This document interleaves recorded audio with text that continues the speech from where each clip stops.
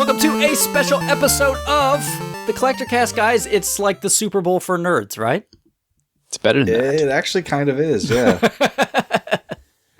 Definitely. Wait, you mean it's better than the Super Bowl for nerds? Yes. It's Christmas for nerds? Almost, except you don't really get the games now. You get them a year and a half from now, right? Only if you fund them through Kickstarter. That seems to be the message these days. Like, you want that game? That. Maybe you'll get it if you give us lots of money sometime in the future. But we're going to spend some time talking about E3. I mean, it's just wrapped up. It's the end of E3 week for us, and we've been diligently plugging away at everything, and we're going to skip some listener questions this time around just so we have enough time to cram everything in. But, Bill, how you doing? Good. How are you? I'm well. Krabby? Watched some E3, so I'm hyped, pumped. Bill, you just missed it. I was talking with Krabby about his health. I'm a little concerned for him. Is everything going to be all right? Is his diet's taking a turn for the worse? I might need to buy 2 tickets to come visit you guys, is what he's saying. Yeah, I've been there. we got to get him like a salad maker or something, I think. It's a salad maker. They come in a bag. You don't really need to make them. So they have. You need to get them a debit card. do they have celery in Canada? It's too cold for that stuff. Nothing. We just eat rocks up here. Rocks and caribou. Rocks and caribou. And poutine. That's Eastern Canada thing. It's not as much over here. Oh, okay. All right.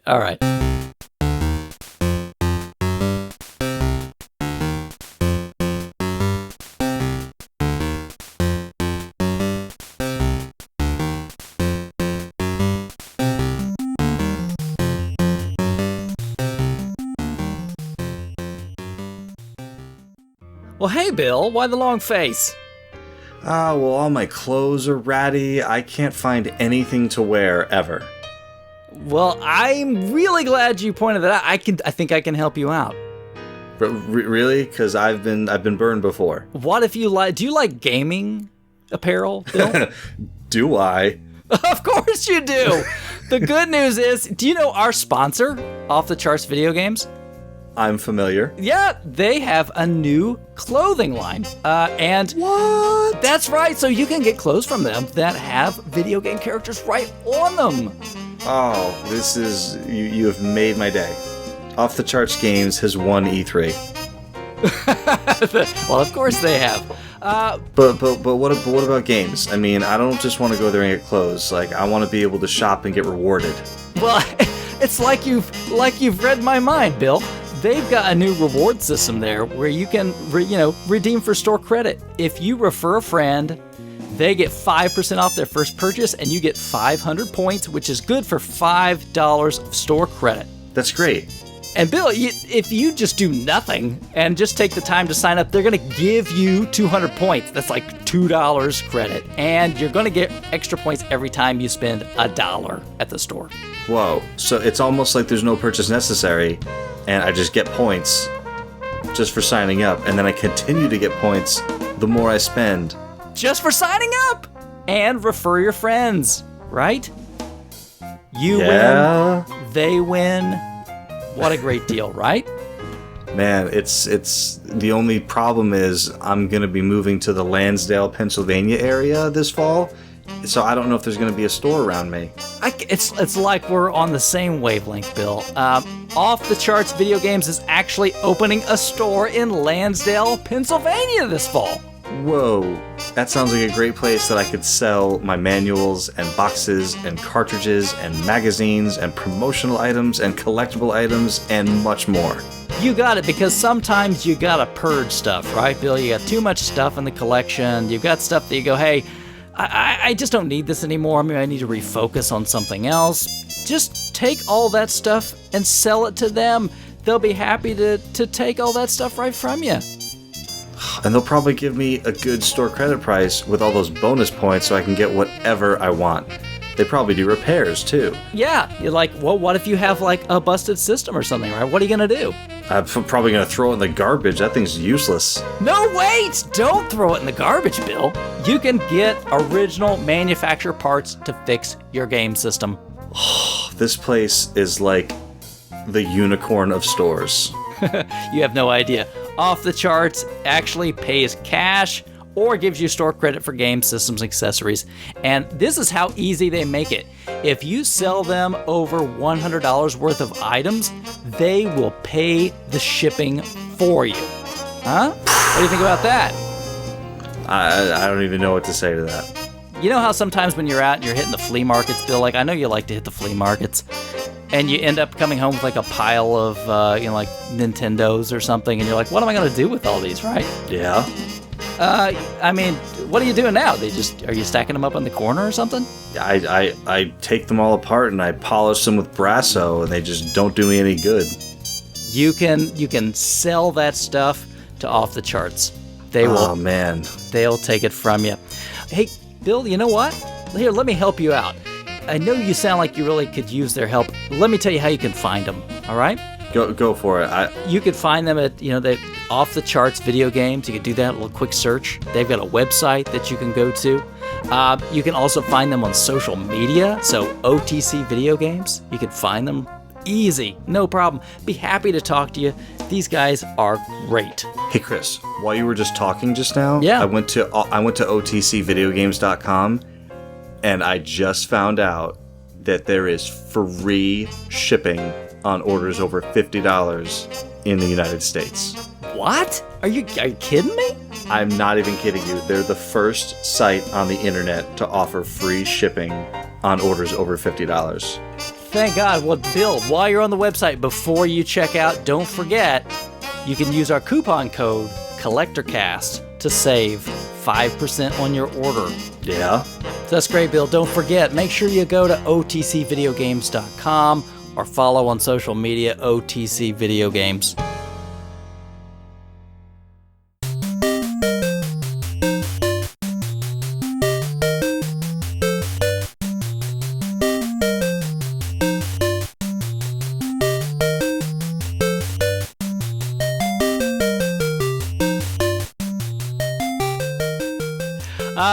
Well, let's spend some time and just get right into it, shall we? Yes. All right. We're going to start off. I'm going to take this sort of in chronological order. We'll kind of kick them up. We'll talk about them. I can guarantee you that we're not experts in any of this stuff. This is totally our opinions, and you can take that exactly for what it's worth. But we're going to have fun anyway talking about some of these things. We'll probably skip past because I'm going to guess between three of us, some of this nobody will be interested in. But that's fine. Yeah. So let's tee it up. The first thing right off the bat, really kind of pre-E3, was Oculus and their consumer version, right? Yeah, they talked about it. Any interest in Oculus? Well, I think between the three of us, Krabby and I have experienced the unit. Is that correct? Yep. I have not. So do you have any interest in experiencing it? Some. Probably yeah, not. I think probably that's not the price tag. That's the perfect reaction. That's everybody's reaction. If someone handed it to me, right? But I'm not going to pay whatever that. It's probably going to be a crazy price tag, right? Right. I don't know how Krabby feels about it. I was actually slightly underwhelmed when I finally got a chance to play one earlier this year. I played Elite Dangerous, which is a space like a combat flight sim. Mm-hmm. So it's actually a pretty good demo for that type of technology. So it's pretty cool. It's pretty cool. You know, you lift your head up and like the whole world kind of moves with you. You get to see like the ships and everything you're fighting. There's some really cool ideas behind it. I just can't get really hyped about it. Well, Krabby, what do you think? My computer isn't fantastic, so when I had it, I was able to do some of the like roller coaster tech demos and the like walk around a building kind of demos, but I didn't actually run any games on it. But I really want to try Mirror's Edge with it. I think that would be awesome. Oh, I think I would be puking all over the place. Yeah, I don't get motion sickness, so that wouldn't be a problem. But that's pretty. Yeah, a first person game like that could be. But like, how many other games, Vomit City would give you that? I don't know. I mean, I'd have to try it, right? But I've heard that, some people have some issues with some sickness. I would honestly wonder if it's a lot like, like being on a boat where you kind of get your sea legs after a while. I think years of playing Virtual Boy have weathered me well. I'm ready for this. All that Teleroboxer has exactly prepped you. Well, I think probably the only interesting thing to mention was that they showed off like the consumer version, and they're going to bundle in Xbox One controllers, and they had the weird little hands grabby controllers. But Yeah. here's the thing. Here's the question I probably want to get to. Do you guys think it'll really be a big hit, knowing that you'll have to have probably a PC that costs a couple grand plus buying this thing plus the extra little hand controller thing? Didn't they say it's got Xbox One support as well? You can stream Xbox One games through a Windows 10 PC. Okay, I misunderstood that completely then. Yeah.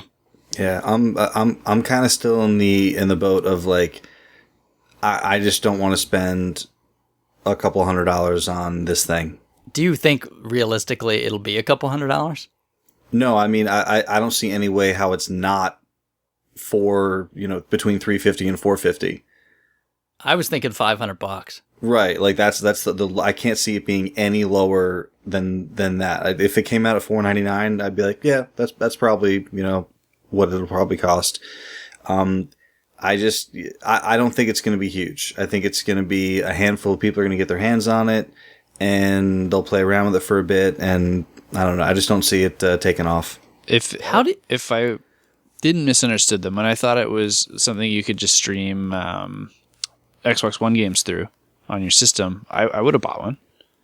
But for PC, I have no interest. Really? You would have spent $500? No, sorry, I wouldn't have spent $500. I would have hunted for a deal, or wait till one got traded into the store, or I would have found some way to cut that price in half, kind of thing, and then buy one.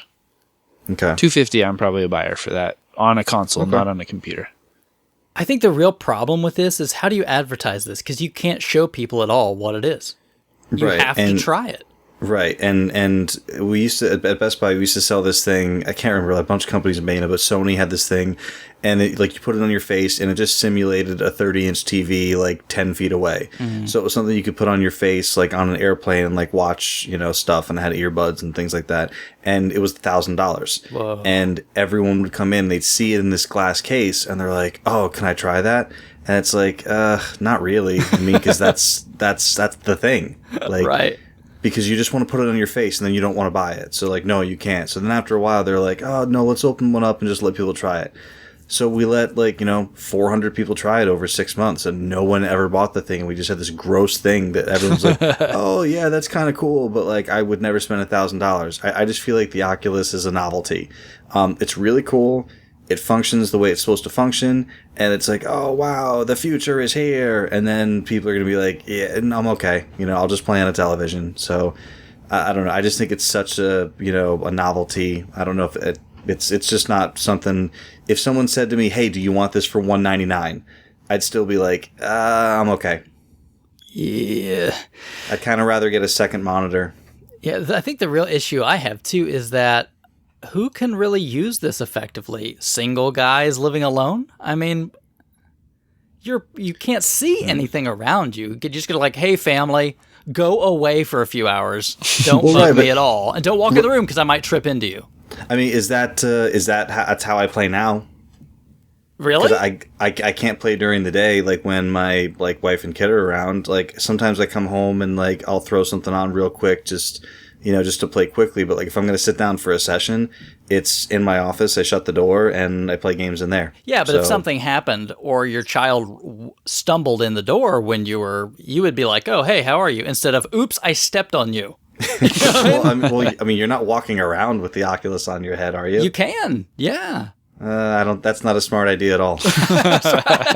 You kidding me? You've oh, that's right, Chris. You haven't had this thing on your face. It's not like you can see a little bit outside of it. It's like blackout goggles. You can't see. Yeah. Unless you built a padded room, you would not be walking around with it. Yeah, I don't think That's why those little hand games... controller things are. Yeah, you can move in 3D space. No, I don't like this. What about get one of those 360 treadmill things they had?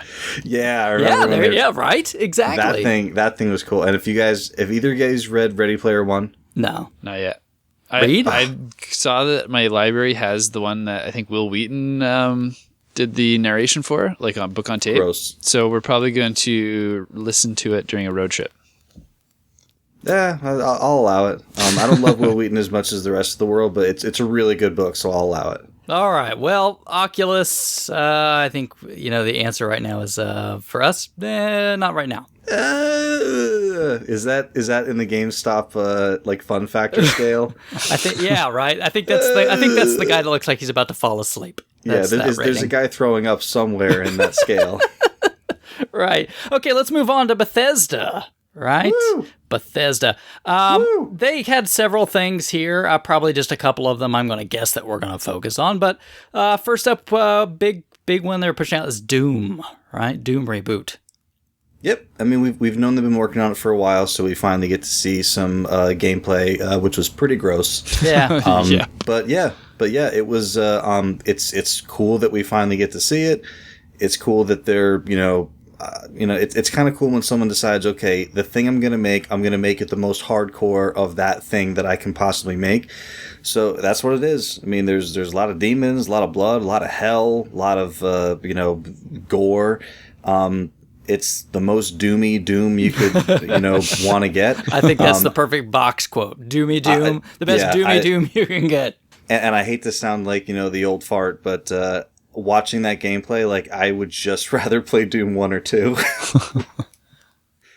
But that's me. Yeah, when I see it, I just kind of go, sometimes gore can be fun if it's stylized and kind of over the top, or like or campy, or yeah, when you kind of go, this is not real, but this is just like, no, we're just going to be grotesque, right? Just cause. And you guys ever play Soldier of Fortune? I know it's a PC game, so you probably haven't. No.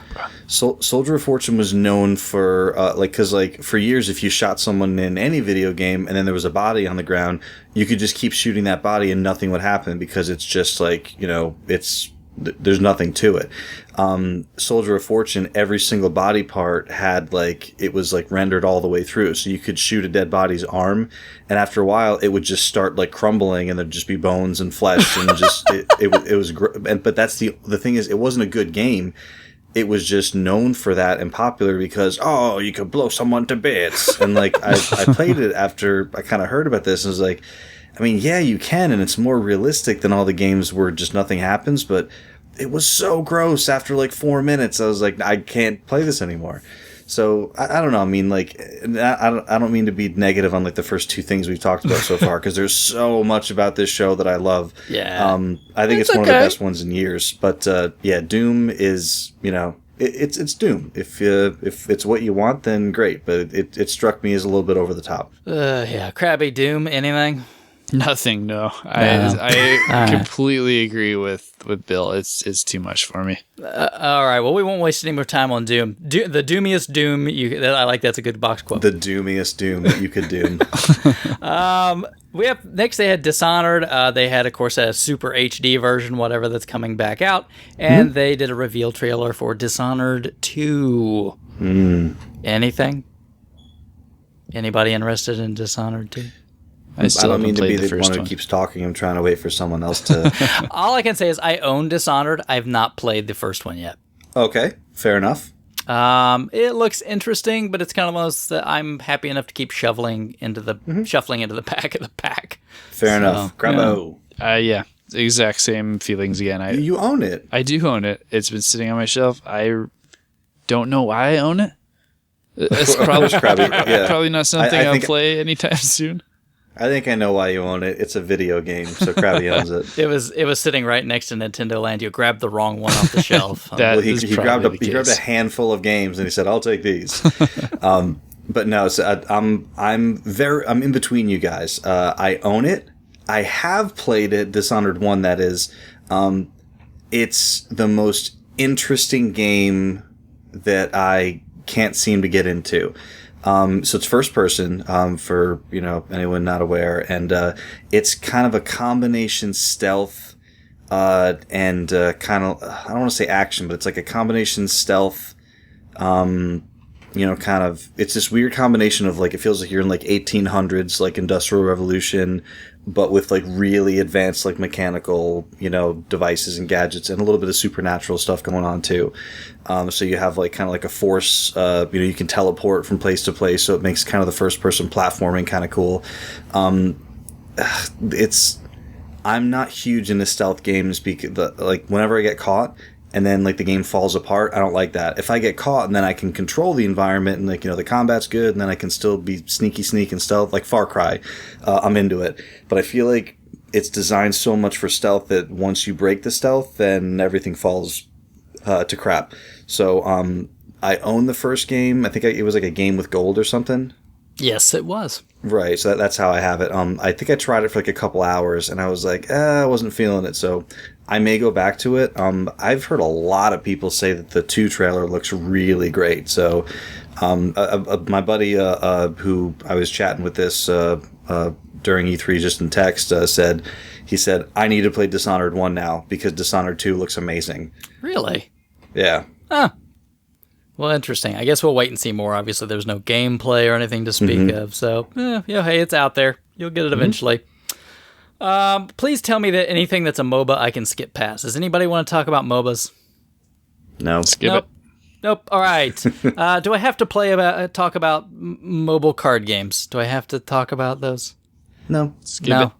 All right. So we get to Fallout. Oh, and there's your show. So do I have to really talk about Fallout Shelter? It's an iOS game. One of my friends that came over to watch E3 with us all right. had downloaded it. And every single time there was a lull or between press conferences, he was on that thing playing it the entire day. He was so into it.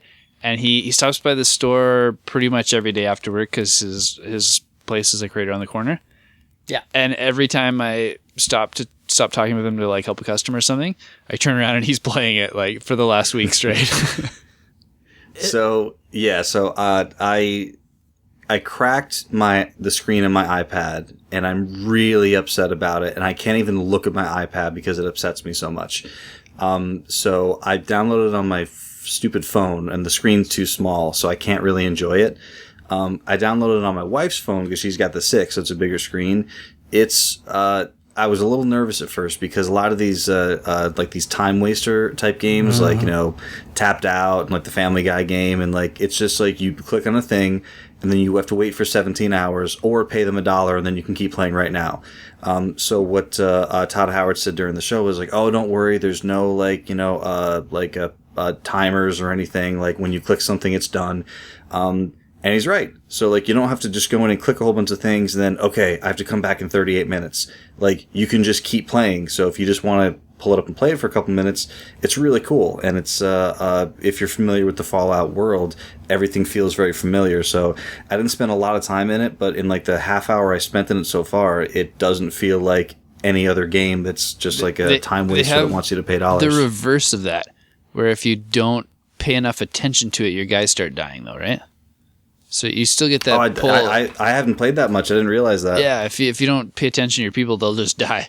So you got to like log on every like, I don't know if it's a day or every few hours or what, but yeah. And like clear out your rads or whatever. Yeah.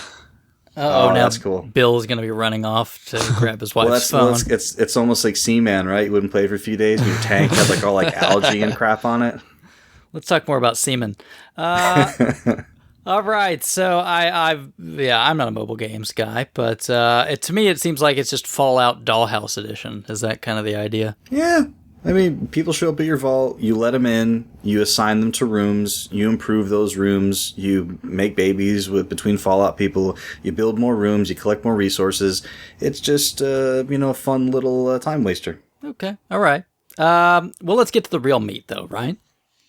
Man, is there anybody that you know who's into games who is not like excited about Fallout 4? I maybe know one. Can you see my hand up in the air? No, I said into games, not into 8-bit. I think I would like to start off first by hearing why you don't care about it, Grabby. It's mostly just the open world aspect and the heavy combat aspect. Both of those are things that don't appeal to me, so when they're put together, it's even less interest. Have you played Fallout 3 or New Vegas? No. So you don't know about VATS then? I'm learning. Bill, explain to the man about VATS. The guy I was sitting next to that was playing the Fallout shelter was very much into Fallout to the point when he saw the Pip-Boy edition, he called EB Games to increase his pre-order to the Pip-Boy edition while we were still watching the conference. And he was telling me all about it and all about the vaults and why the gun creation part was so cool, and he's so excited there's mods and all this stuff. He's really pumped about it, and so I got quite an earful and learned why people enjoy this game, because I really didn't understand it before I talked to him. So do you understand what VATS is? VATS, no. So explain it, Bill. VATS, in a nutshell, is a way to take combat and to remove the first-person shootery element of that combat. Oh, is that where it slowed down? You could pick like body parts and like. Correct. Okay. Yep. It basically like turn-based shooter, basically. Yep, and in the previous Fallout game, Fallout 3 is when VATS was introduced, it completely stopped time. So you could kind of change the combat into a turn-based scenario, and as you would kind of assign points to like gunshots or rocket blasts or whatever, it would kind of consume these, I think they were called AP or ability points in the game. Yeah. Now, in Fallout 4, it looks like it's not completely stopped, it's just greatly slowed down, which will add a little bit of urgency to the combat while still, allowing you to pick your shots. So it looks very interesting. But because for me, the first-person combat in Fallout 3 was never all that great. The accuracy of the guns wasn't great because they were all made from like shoelaces and stuff. So like it just never felt, like good first-person combat. So, and I know every company says like, oh, we really want to tighten up the combat, but just from watching some of the demos, with them staying in first person combat, it does look like they've tightened it up quite a bit. But yeah, VATS is one of there's people I know who hate shooters and enjoy Fallout 3 because of VATS. Yeah, and that's what I think would probably entice you a little bit, because you don't have to play it like a typical first person shooter at all. Interesting. That definitely does sound a lot more appealing than I initially. So open world games in general you don't like? I'm sure there's an exception, maybe Arkham City, but typically they just turn me way off.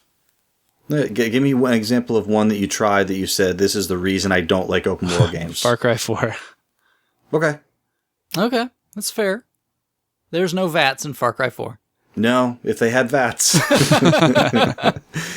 I think you should Shin Megami Far Cry. I think you should pop in, 3 or something if you get around the store. Play it for like an hour or 2 hours just to give it a shot, right?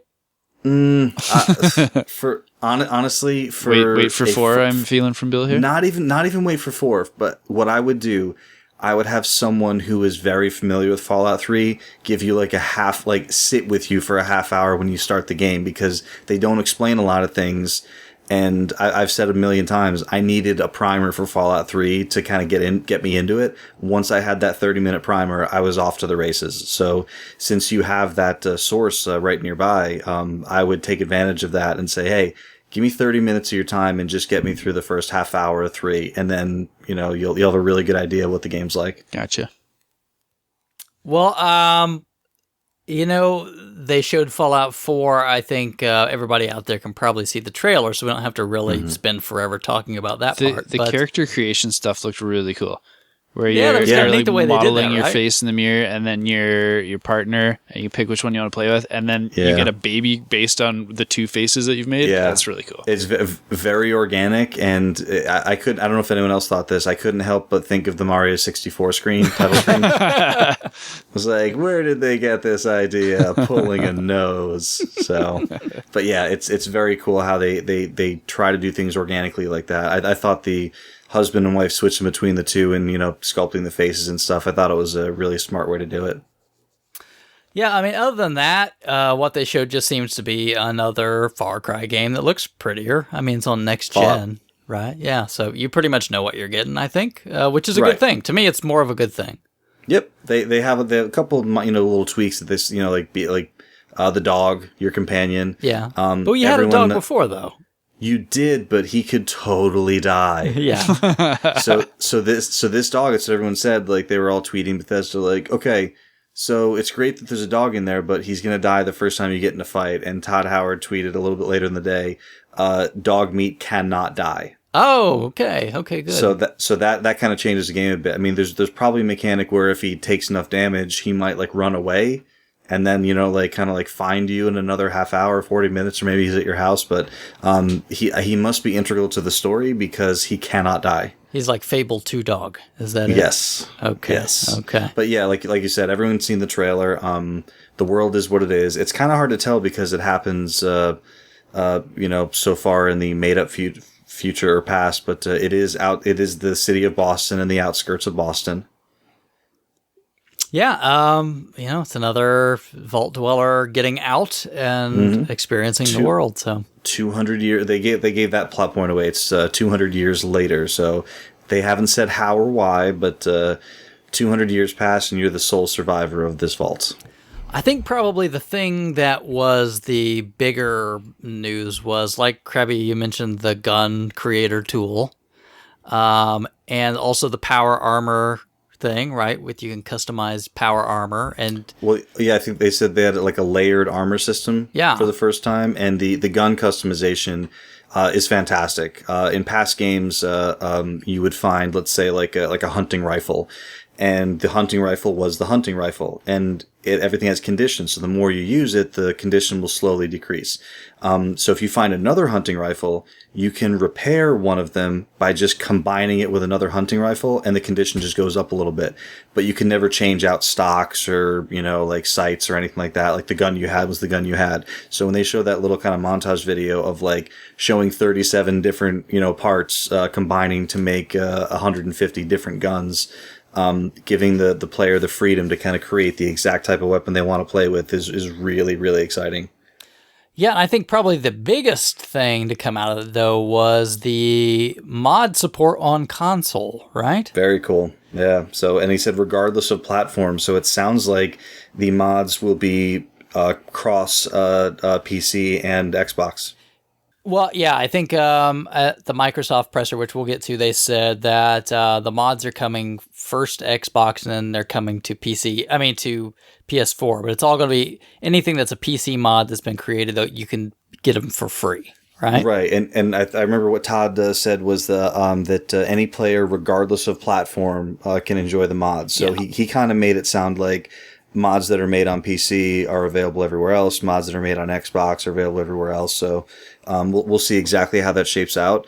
The way that mods work on the PC, they actually work through the Steam Workshop, which is the digital distribution platform Steam, and the Workshop is just where they allow mods to happen. So I'd be very curious to see if it's going to be involved with Steam Workshop or if it's going to be just in-game, outside of Steam. So we'll see. How much you want to bet this new Bethesda net that they announced will have a part of that? Oh, that's an interesting observation. You play anybody? Oh, no. No. It is fun. It is interesting though, because I'm on Steam right now and I haven't seen a Fallout 4 pre-order listing here. So, sign up for Bethesda Net now. Yep. All right, so that is Bethesda. Surprising things. Should we talk now about the inclusion of Fallout 3 with the Xbox One version, or later with Microsoft? Well, you just said it, so there we go. You get Fallout 3 with Fallout 4 on Xbox One because of backwards compatibility, which we'll also get to in more in depth. Now they haven't announced that. That is absolutely my guess. I think they have said that somewhere else. That's that, and some other games are doing the same thing. All right, so Bethesda had a good show. Good show. First time they did a presser. I was a little surprised that there was not a peep about Elder Scrolls. But oh no, it's no. Okay, raise your hand if you know anybody who's playing the Elder Scrolls Online. No. I meant the next new Elder Scrolls 6 Elder Scrolls game. Well, the team that makes that is the one that's making Fallout 4. So there's okay. Yeah, that's that team. Okay. All right. So they either make a Fallout or an Elder Scrolls game. So that's why they go back and forth. So, but yeah, Todd Howard is not giving Elder Scrolls 6 to producer number 4. Well, then wait another 4 years for the next Elder Scroll game. Kind of look at the history of how long it's taken in the past, and that's when you can expect Spectre or whatever they call Skyrim 6. Yeah. All right. Well, let's switch gears and move to Microsoft. They had the next one on Monday morning, right? Yep. Bright and early. Especially that was a fun Krabby. day. We were all on chat together. It was good. Yeah. And Krabby, you did like a party thing, right? Yeah, I had some friends over throughout the day. Some came and went during different press conferences, and some hung out for the whole day. Yeah. Mike there hanging out with you? Mike came around the middle of the day and stayed for the last half. Okay. All right. Let's get into Microsoft. I don't know how much Krabby's going to be excited about some of this stuff, and maybe some. There's a couple nobody gems will in be. here that really got me pumped up. It cool. wasn't all the downers. Yeah. Good. Cool. Halo 5. Do we need to talk about Halo 5? Nope. It's going to be a Halo game. It's probably going to be really good. I'm not going to play it until the price goes down a little bit because I just play campaign, not multiplayer. I'm sure it will be great. I don't know how much we need to talk about it. I don't play Halo. I mean, I'm sure it's good if you like Halo. It is. It's a Halo game. Right. It's a lot like Rock Band. Like, do we need to talk about Rock Band 4? Nope. No. If you like Rock Band, you're really going to like this game. That's right. Krabby, And that's the end. You have any special Halo? I have played 10 minutes of Halo combined in my entire life. And I don't plan to expand that. So you played 1 minute on 10 occasions? You'd think he that. booted it up You'd 10 think times. The next one, I think, was probably, to me, the biggest surprise of Microsoft. Definitely. It was, yeah. And it's definitely Krabby's top Microsoft news. Very much so. So it was just a trailer. I mean, nothing to show playable, but Recore, a new game that includes Inafune of Mega Man fame, right? Yeah, and part of the Metroid Prime development team. Yeah. Yeah. Hank Inafune. That's right. Now, my general rule is without gameplay, it's like, okay, I guess we'll see how this shapes out. Yeah. Like even later on when we get to like the Final Fantasy remake news, I'm kind of like, it's really cool. I like it. I don't know what it looks like yet, so it's hard to say. But if there were ever a game trailer that didn't have gameplay, that I still feel like kind of showed me what some of the key components of the game are going to be, like with literally taking that core and moving it, from machine to machine. I think it gave you a kind of pretty clear idea of what the concept is, and that's why they put Inafune's name out there to be like, if no one's name was on that, you'd be like, yeah, that looks interesting. I guess we'll see. But the names that are attached to it are like, oh, they're doing it. I'm in. Yeah, that's very much how I felt. I was watching it and I watched the Halo thing kind of half zoning out, and then you see that name right at the start of the trailer, and I was like, I need to pay attention to this. This is going to be interesting. Right. Because if that happened and it was like, Lethal Enforcers 4, you'd be like, whatever. Well, you kind of expect Mighty Number 9 2 or something out of him, right? I mean, that's kind of because that one's coming to a close. But no, he's like, no, I just want to go, I guess, do something completely different, right? Mm-hmm. And the probably more surprising part is that this is an Xbox One exclusive game. Yeah. Yep. Which costs dollars. Yeah, so that's money. Yeah. So it's cool. I don't know how much more you can say about it because all you saw was a trailer. Yeah. But I do wonder about some of the people who don't know the name. If that, not knowing. Oh, come on! They'll say the guy behind Mega Man and Mighty Number 9. Yeah, but I'm talking about there are kids in high school who don't know what those things are. Yeah. So I'm just curious about the younger audience that sees that trailer and is like, whatever. Do you think this is like when you remember when the 360 was really young and they reached out to a lot of Japanese devs to Sakaguchi? Yeah. Do you think that's similar attempt, except they're not going for the hardcore JRPG because that didn't work out well? They're going for something a little different this time. It's very interesting. It's an interesting point. I kind of feel like the way it went was, they need, they're trailing right now. They need to pick up some momentum. So they went to a guy who's coming off a hit, who's just did something that he wanted to do for a long time. And they said, hey, we'll give you a whole bunch of money. You can come to our console. You can do whatever you want to do. I think it was more along those lines, but I don't know if they specifically said, okay, we need to go out and get a big Japanese name to get people to come in. Do you think right after Kojima leaves Konami permanently in September, they'll throw his name behind something there exclusive? I don't think that's out of the question, but I think it's more far-fetched than what they've done. I think anybody that has deep pockets will be calling out to him. He'll be able to go anywhere he wants to go. I think Kojima will have no problem with that. Kojima always looks really tired to me. If you had to come up with the bat crap crazy stuff in Metal Gear, you'd be pretty tired seriously. We'll get to this, but Metal Gear 5, I haven't been into a Metal Gear game since 2. I don't know why I'm so interested in 5. I don't know either. Well, I guess we'll get to that. Yeah. Moving up, Plants vs. Zombies Garden Warfare 2. Any interest at all in this one? Nope. I actually kind of wanted to play Garden Warfare 1 when it first came out. I never got around to it. I've heard really good things about it. I've asked my wife, like, please, will you play Garden Warfare 1 with me? And she's like, yeah, we'll see. So, I mean, I still haven't played the first one, so I don't know if it's in the cards for me, even though I am interested in the idea of that game. You get a ton of people in the store that pick it up, think they'll love it, and then when I mention to them it's online only, they put it back like 90% of the time. You're not supposed to tell them that. You're trying to make money. I'd rather they. So since you have so many, since you have so many used copies, just I could send you one if you like. Forza Motorsport 6. It's a car game. Car games, guys? I feel about this very much the same way I feel about Halo. I know it's going to be good. I know I'll probably play it at some point. It's not anything I'd remotely consider pre-ordering or buying at full price. You know what would make me buy this? If they support... No, Chris, what? Well, I'm glad you asked, Bill. Free copy of Castlevania. Yeah. No, if they would support the 360 wheels.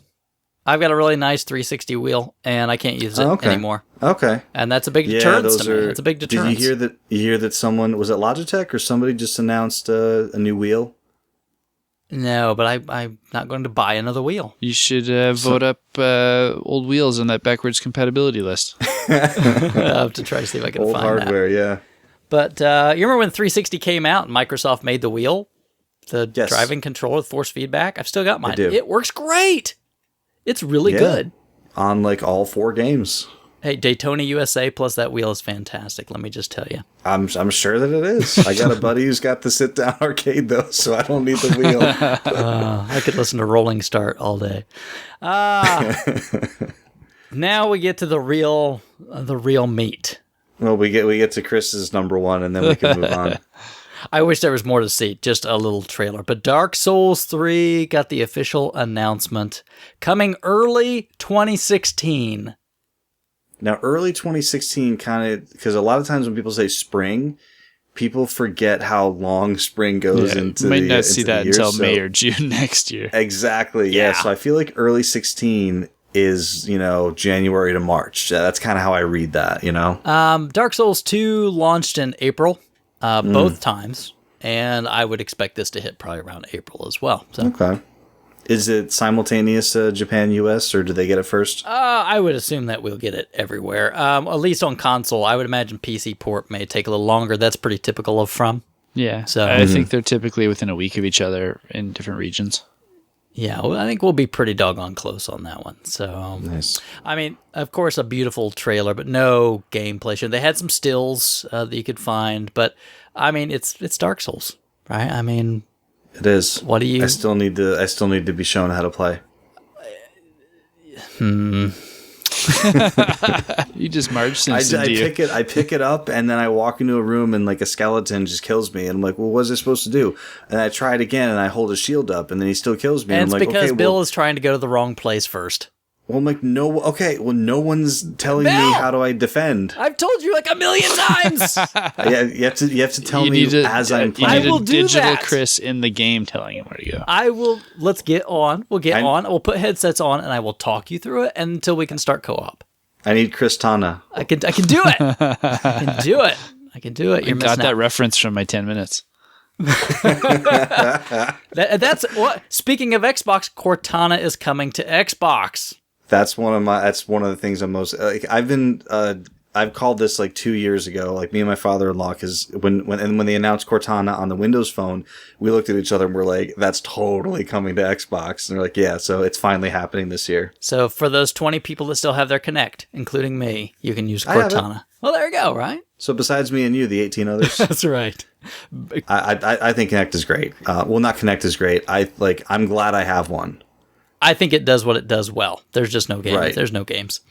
Right, yeah, it's not a thing that I use for gaming. It's the thing that I use when I can't find my remote.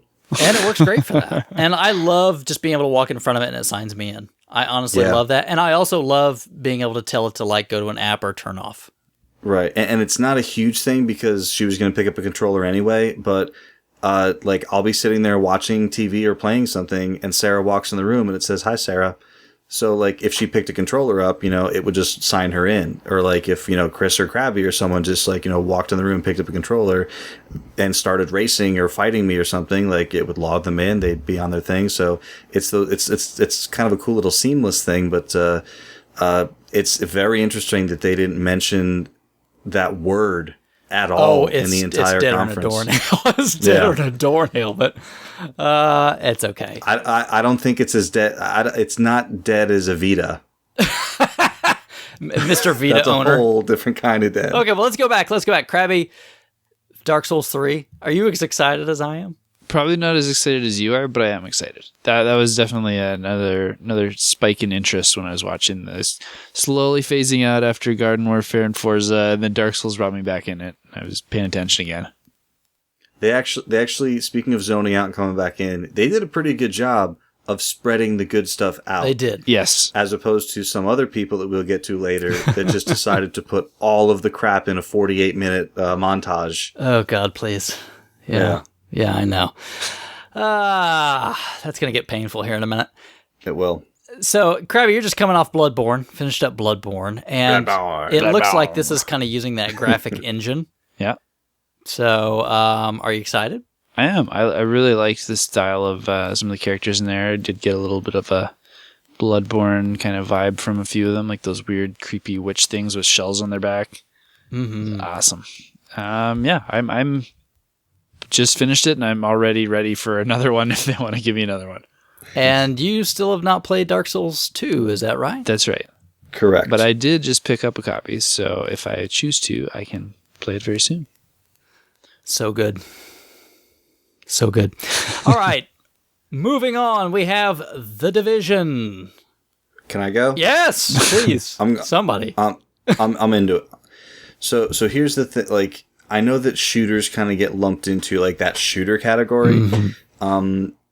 I'm not a big fan of shooters that are just super fast and the word I've always used is slippery. Like when you run out into a room and nothing feels precise, everything just feels like, like spray your bullets, like, bullet hose type stuff. I've always really liked, tactical, shooters like these Rainbow Six style games, where I know the three of us played Rainbow Six one night, and it probably wasn't Krabby's most fun gaming session ever. But that's really exactly what I like. Because Did you really? Because of you guys. I'm really glad. Yeah, it was. I'm really glad. Playing that with strangers would have been, I think, meaningless to me. Oh, but playing that with you guys it was fun. So yeah, the three of us, we played Rainbow Six Vegas. I can't remember if it was one or two. Two. And it was two. Okay. So and we're kind of giving each other, okay, cover the car. Okay, I get the staircase. I got over here. And where's Krabby? You just you just slowly move through the level and just kind of cleared areas out. So when they showed The Division last year, and they kind of showed like even in the single player, you're kind of like issuing commands, kind of clearing areas out tactically. I was all into it. I was a little surprised that this thing's been in development for a long time, so I was really hoping that they would have it coming out this year. Just to announce that it's going to be in beta this year, I guess that's cool. So we're looking, probably like early next year. But I think my excitement for the Division was kind of overshadowed by Siege, which looks exactly like what I'm looking for. Yeah, Rainbow Six Siege up next. I mean, they've been teasing that for a while. I think even last year at E3, didn't we have a little bit of video of that, didn't we? Right. So this is this all-out team squad kind of based, total infiltration, blow walls out sort of thing, right? It's exactly what I love about Vegas. It's like, to me, it's Vegas 3. It's just called Siege. And it's exactly what I love about those games is moving with a group of people with a common objective, not just everyone running out and, I got a best kill death ratio. I'm 47-2. Right. Yeah. Like it's about, okay, did your team lose? Well, your team lost, so it doesn't matter. Right. It's watching all these guys play this. I was just like Chris when Dark Souls was announced. Like, that's how I was. Like, I was just kind of like jumping, like, rubbing my hands together, jumping, like, good. This,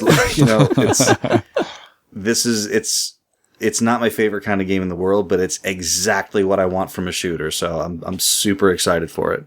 I'm looking forward to this one too. I love the Rainbow Six games. I will definitely pick this one up to play it. I'm not always the best will at take them. it home from the store. Maybe, Willie. He probably won't. I probably won't. He'll get a used copy and he'll play with us one night. There's another game on this list later on that I kind of want you guys to do that with me with. Okay, well, let me. Okay, that's the trade. Let me just throw this out there, guys.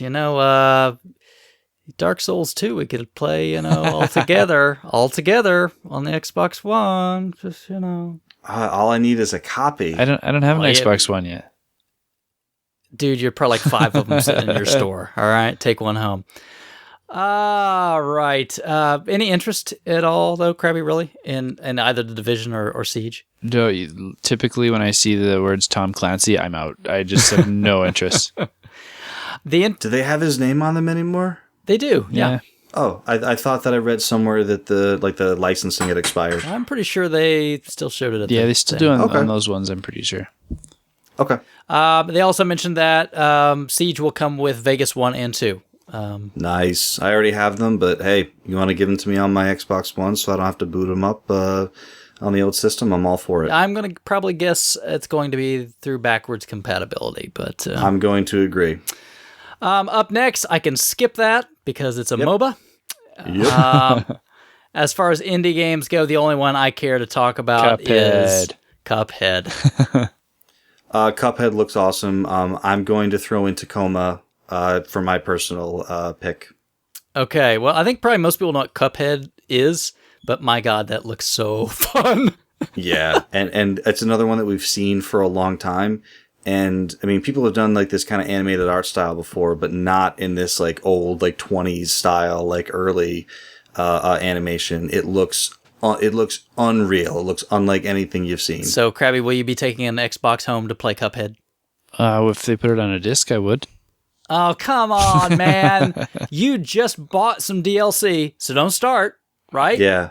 Krabby loves digital. Admit it, you bought DLC, didn't you? I did. I'll admit it. Yeah. What was it, Ryu in Super Smash? It was Ryu, Lucas, and Roy in Smash Brothers. So you've passed the point of no return. Yeah, we do a lot of competitive Smash Bros. Stuff up here, so every Wii U that we have, we got to run everybody on. So I did it. It just sounds comical to me. We do a lot of competitive Wii U up here. It's a thing. Oh, you're the one. Yeah. So if Cuphead is on a disc, or if Krabby goes to someone's house who has Cuphead on a system, he will play it, correct? Or if we start a competitive Cuphead scene up here. So tell me why you care about Tacoma, Bill. Because it's the latest game from Fulbright Studios. That means nothing to me. You guys familiar with Fulbright? No. So Fulbright I know the name, but not the history. Yep. Yes, it's like that little light bulb. Fulbright Studios was founded by Steve Gaynor. BioShock fans will recognize Steve Gaynor's name as he was the creative lead on the BioShock 2 Minerva's Den DLC. It was good. Which was a standalone single-player story, which was so good that because that wasn't a Ken Levine game, that was like when 2K did another one on their own. Yeah. So it was so good that Ken Levine hired Steve Gaynor to join the BioShock Infinite team. After that game, Steve Gaynor left and founded Fulbright Studios, and the first game they put out was a PC game called Gone Home, which was unlike anything I've ever played before or have played since. Very emotional, very, very interesting journey, something I'd never seen in a video game before, and just very, very cool. So they've been on my radar for a while, and this is their first game since Gone Home, so that's why I care. Okay. All right. Any other indie games, Krabby? I know you're probably not looking at much because they don't come on discs. No, I'm just waiting to get to the next couple things.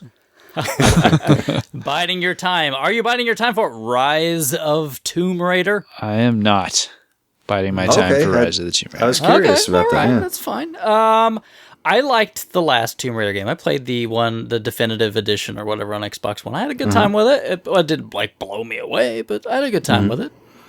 I played the definitive edition, but I played it before it came out on the Xbox One because it was released on the PC when the game first came out. Oh. I played it when I first started playing this game. I saw this actually it's as good as everyone says it is. It's great. Kind of toward 80% of the way through the game, it started wearing out its welcome, and I started not having as much fun as I had at the beginning of the game. And then it was over, and I was like, okay, cool, that was the thing. I wouldn't say it really left me wanting more. It left me with just enough Tomb Raider as I wanted to play. So this doesn't really do much for me.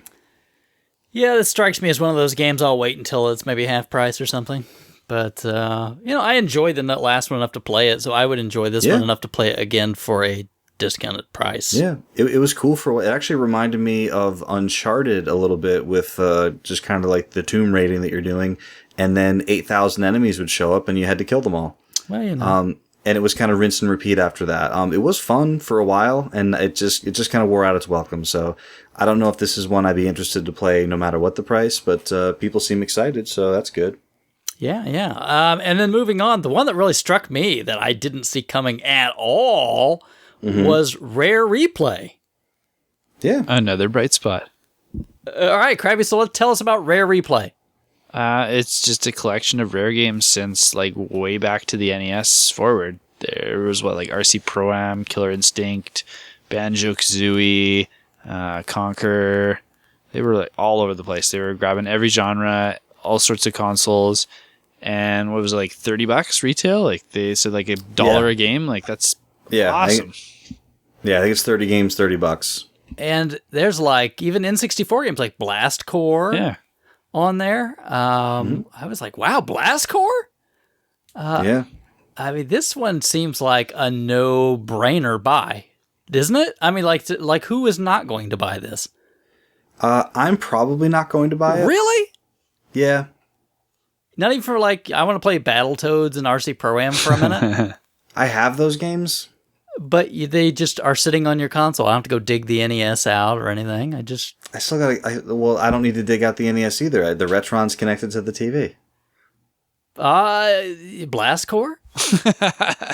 Yeah, I don't have Blast Core. So, I mean, there is that. I mean, I'm not saying I'll never get it, but the last big retro collection that I got really excited for was Sonic's Ultimate Genesis collection. Yeah. And I played a whole bunch of it. And then I played it for I didn't play it for any kind of length of time. I played each one of those games for an hour, and then I was like, okay, I'm done with it. And I just never fired it up again. So, but it's $30. I mean, I know. No, you can even just wait. It'll be used in a week at 20. Right. Well, that's what I'm saying. I wouldn't buy it new day it comes out. Okay. For 30, I would. This is the kind of stuff I want to support. I want to see more of. So I'll buy that at full price all day long. Yeah, this to me seems like a no-brainer at $30. It's $1 a game. Well, then I have no brain because I'm not buying it for $30. I mean, for me, this is just just a buy because I know it's like a lot of great games I would like to play. Yeah. And 10,000 gamer score. I actually, that's really appealing to me, the gamer score part of it. Not that I'm a big achievement hunter, but it's just fun to, like, when I had the PlayStation Network went down, you got the free downloads. Yeah. That month or week or whatever we had it for, I played like Streets of Rage 2 and Sonic the Hedgehog with achievements. Oh, yeah. So much fun just to have these weird little things to try and do to extend the life of these old games that I've played a million times. I'm looking forward to seeing what they do. Like if I have to do Battletoads like in one life, or if I have to, like just whatever weird little things they want me to tweak to have fun with it. That's more interesting than just having the games to me. 'Cause it's, now that you say it, when I did the Sonic Mega Collection, each game had an achievement. And each achievement was like whatever it was, like 150 points or whatever, and now did to 1,000. Did it make you hate Robotnik's Mean Bean Machine? I beat Dr. Robotnik's Mean Bean Machine. But it wasn't fun. Oh, well, here's the part. I put in the code to skip right to the last level, and then you just die 45 times until you're like, okay, good, perfect, I win. So, but yeah, I had a friend who had 950 points in that forever, and I got to 1,000, and I sent him the picture, and he played it for like 3 weeks straight until he could match it. But yeah, that was part of the reason why I played every single one of those games, because each had a little funny achievement. Oh, Sonic Spinball. Oh, Sonic Spinball. Yeah, I like that game. Oh, I'm sorry. Yeah, well, Rare Replay, to me, at least if nothing else, for a lot of people, it's a fantastic deal. Definitely. Yeah. Definitely. The new Rare IP that they drag out was Sea of Thieves. I'm not excited yet. I went from like elated for that replay to just disappointed again for the next thing they showed. Yeah. Does everyone know that Krabby hates pirates? He does hate pirates. I was I'm a new Rare game, like super pumped, and as soon as I realized there was like a skeleton like stabbed to a palm tree, I'm like, oh, it's pirate themed. Mm-hmm. I didn't even know the name of it. I phased out until you like showed me the list of the review stuff here. Oh, yeah. They didn't really say anything about the gameplay at all, though, right? It was just like, we're making a new game. It's something about always connected multiplayer, though, I think. Bill, you remember any of that? Nah, I mean, I just remember that it was not CG. Yeah. I remember that it was like mostly rendered, and they showed some ships, and they showed ships crashing into each other, and they showed ship combat, and so yeah, you don't really know what the meat of the game is. I loved Assassin's Creed 4 Black Flag. I don't know if this would be something that I'd be super into. The interesting part to me is you saw like names above like every character. So you have to think, is this only like there's no NPCs, only online kind of thing? Or I don't know. Yeah, that doesn't make me more excited. Probably not. Rare's not done a lot of great stuff that's awesome in a while, so we'll see. Yeah, like it's not original stuff. And then just speaking about Rare, one more second. Some people I guess have asked them like, hey, why isn't GoldenEye in there? Is it because of licensing or Nintendo or whatever? And they were like, honestly, it wasn't. They were like, we talked about trying to get it. And then at the end of the day, they said, we didn't create that world. We didn't create that character. So every game that they have in here, they want it to be like a world or a character that they created. So that's why it's, if they haven't released the full list of games yet, which is kind of weird because they know the number of games. There's a pretty big list that's out there already, though. Wouldn't GoldenEye on the Xbox One, just for like 4-player split screen, just be so much fun, though? It would be, yeah. But there's Perfect Dark. So that's not as good. You can just play Perfect Dark. It's the exact same thing. They just reskinned it. Cooler weapons. Good future guns. They're not quite as fun. Future guns. This is like the one that can like the briefcase turret laptop, and there's like the Farsight that can like see your heat signature through a wall and kill you. It was fun. Man, for someone who doesn't like the game, you sure played a lot of Perfect Dark. We did play a lot of Perfect Dark. You had an alien named Elvis. Come on, man. Up next, Gears of War Ultimate Edition. Next. All I know is I did get a message from Xbox a minute ago. I have a free beta code, so. Oh, cool. maybe I should. Oh, wait, that's the message. I just got a notification on my phone that I have a new message from Microsoft. That's what it is? That's what it is. Welcome to the preview program. Ah, cool. Now, so real quick, is Gears of War Ultimate Edition a definitive edition of just Gears 1? I think it is. I think it's like a total remastering of Gears 1, I would definitely. This is one that I would definitely play through if it was like a game with gold, or if I was able to acquire it for $5 or $10. Gears of War 1 is a great game. I just don't know if I'd go out and be excited to pay $60 for it. Well, you can play the beta and find out. Cool. And then finally, Gears for the new Gears. We didn't ask Krabby if he was excited about Gears of War Ultimate Edition. Crickets. So excited. Crickets. Have you ever even touched a Gears of War game? Splatoon Edition, maybe. Have you ever touched a Gears game? We need a paint chainsaw. Yeah, that sounds delightful. Gears 4. Do we need to talk about this? It's a Gears game. It's coming out. Yep. It's a new Gears game. It's is the first one not done by Cliffy? No. The last one was. Judgment wasn't. Yeah, Judgment. That's what it was called, right? When we were watching it, I was sitting there with the same guy that was really pumped about Fallout, and he's like, "This game's so dark, I can't see what's going on." And as soon as he finished saying that, something hit the guy's flashlight and knocked it out, and he's like, "Oh, I really can't see anything." Okay. Probably one of the biggest announcements a couple of them here, had nothing to do with actual games, probably. Specifically, backwards compatibility. We've talked a little bit about it, but to me, this is gigantic. It's way bigger than I would have thought that this announcement would be. It's the only, and I know this sounds really corny, it's the only announcement of the entire show that like kind of gave me goosebumps a little bit because I kind of realized how big a deal it was as he was saying it. Yeah. Like it's what's his name gets up there, Phil Spencer, right? Yeah, and he tossed it over to Mike Ibarra. Right, and like, but as he's like, okay, like there's been one thing that's been consistently on the top of the request list, and I don't care what company you are.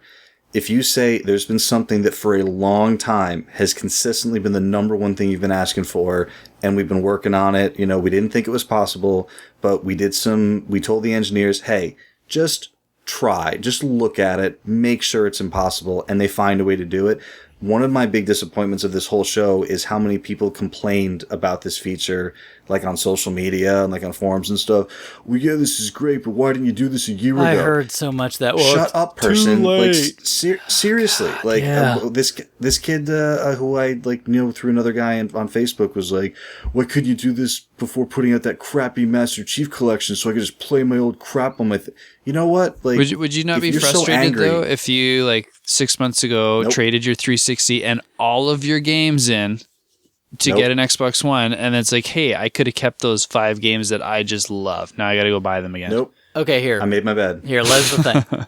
I made my bed. If I really wanted to keep those games, I would have kept them. Yeah, that's it. Which is what I did. Why did you need to trade your 360 in games for that $20 that GameStop would give you? I mean, come on. Yeah, I'll let you borrow $20. When you're 15, man, $20 makes a big difference sometimes. Don't eat one pizza. All right. So if you teach a man to pizza, then he'll.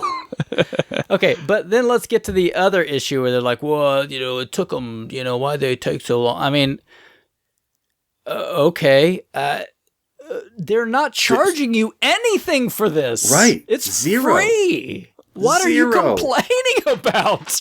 Because back a year ago, it was like, okay, like the games won't work on the new thing. They're like, what about digital games? And like the argument back then was, listen, we're not going to ask our third-party developers to go out and rewrite their games for a new system and give it away for free to people who bought the old version. Like they can't do that. Right. So if you read the kind of the technical way of like how they ended up doing this, in a nutshell, the Xbox 360 games will only run if they know they're on a legit Xbox 360 operating system. There's no way around that.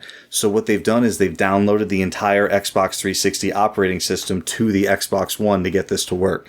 Now, once that happens, the architecture of the systems is actually similar enough where most of the games just work, which they were surprised to find out, like, that everything just works. But then the other problem is the Xbox One will only play a game if it thinks it's an Xbox One game. So they're fooling like 2 or 3 things into making it believe that it works. But once they figured out they could do it, they're like, okay, let's roll this out and let's not charge anybody anything for all this work that we've done. Like, I can't understand why people would complain about, like, I know, like, it's later than you would have liked it, but this is awesome. Let me tell you, it's a lot better than PlayStation's solution. Sell you the new game and stream it to you? Yeah, or charge you again for a wrapped version on the PSN. I mean, what's the complaint? I don't get it. Right.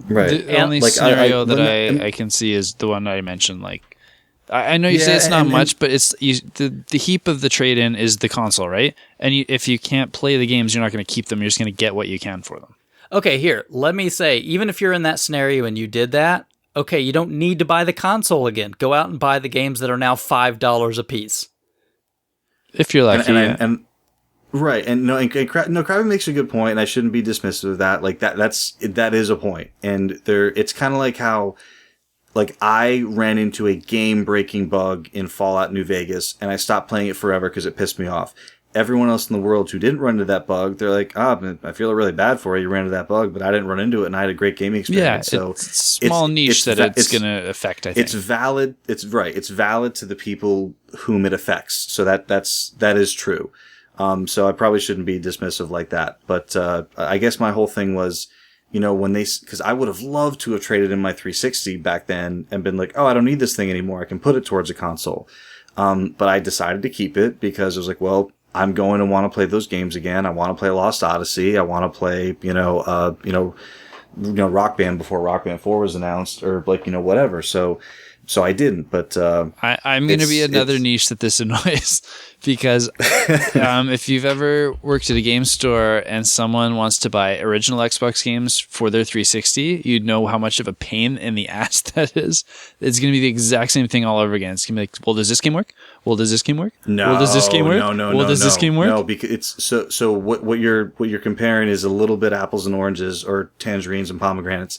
I don't know how you say it in Canada, but so the problem with the original Xbox versus the 360 was the game needed to be specifically written to have code for everything to work. Right. So what they've said is, using this method, every game works. All they need is permission from the people who made it to allow people to install it on the system. And they're not going to get 100% permission.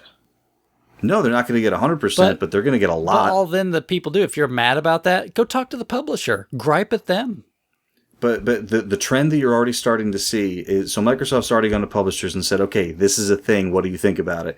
And the publishers are saying, well, it'd be great, but we want to make sure that our new thing sells too, which is exactly what you're seeing. You buy Fallout, there's your Fallout 3. Buy Rainbow Six Siege, there's Vegas 1 and 2. So if it's a company that you like, you're probably going to buy their new game anyway. Here's our old game. And I think that's a trend that's going to continue. Well, and I think it's a value add, right? Because those old games like, Vegas 1 and 2 are literally worthless. You can't sell them again. So, but you can give them to someone, so there's value in the gift. I'm just saying monetarily they can't milk that cow anymore. But Correct. It seems to be a big value add to go, hey, we're going to give you these for nothing.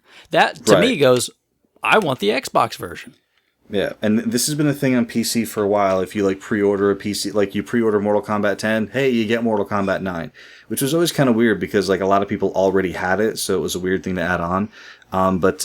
Yeah, I'm totally. I like this trend of the previous ones before them. It's awesome. Yeah, I like the trend of give someone a thing, and but to Krabby's point though, he's absolutely right. When I worked at Best Buy, it was like a 3-page list of the games that were compatible, and every time we look, someone would come up and say, "Oh, can I play this on the system?" And you're looking at it and you're like, "No." I will agree, but I also have to say it's really funny too on that one. Like when someone's like, "I really want to play True Crime," it's like, "Well, you can play True Crime LA, but you can't play True Crime New York."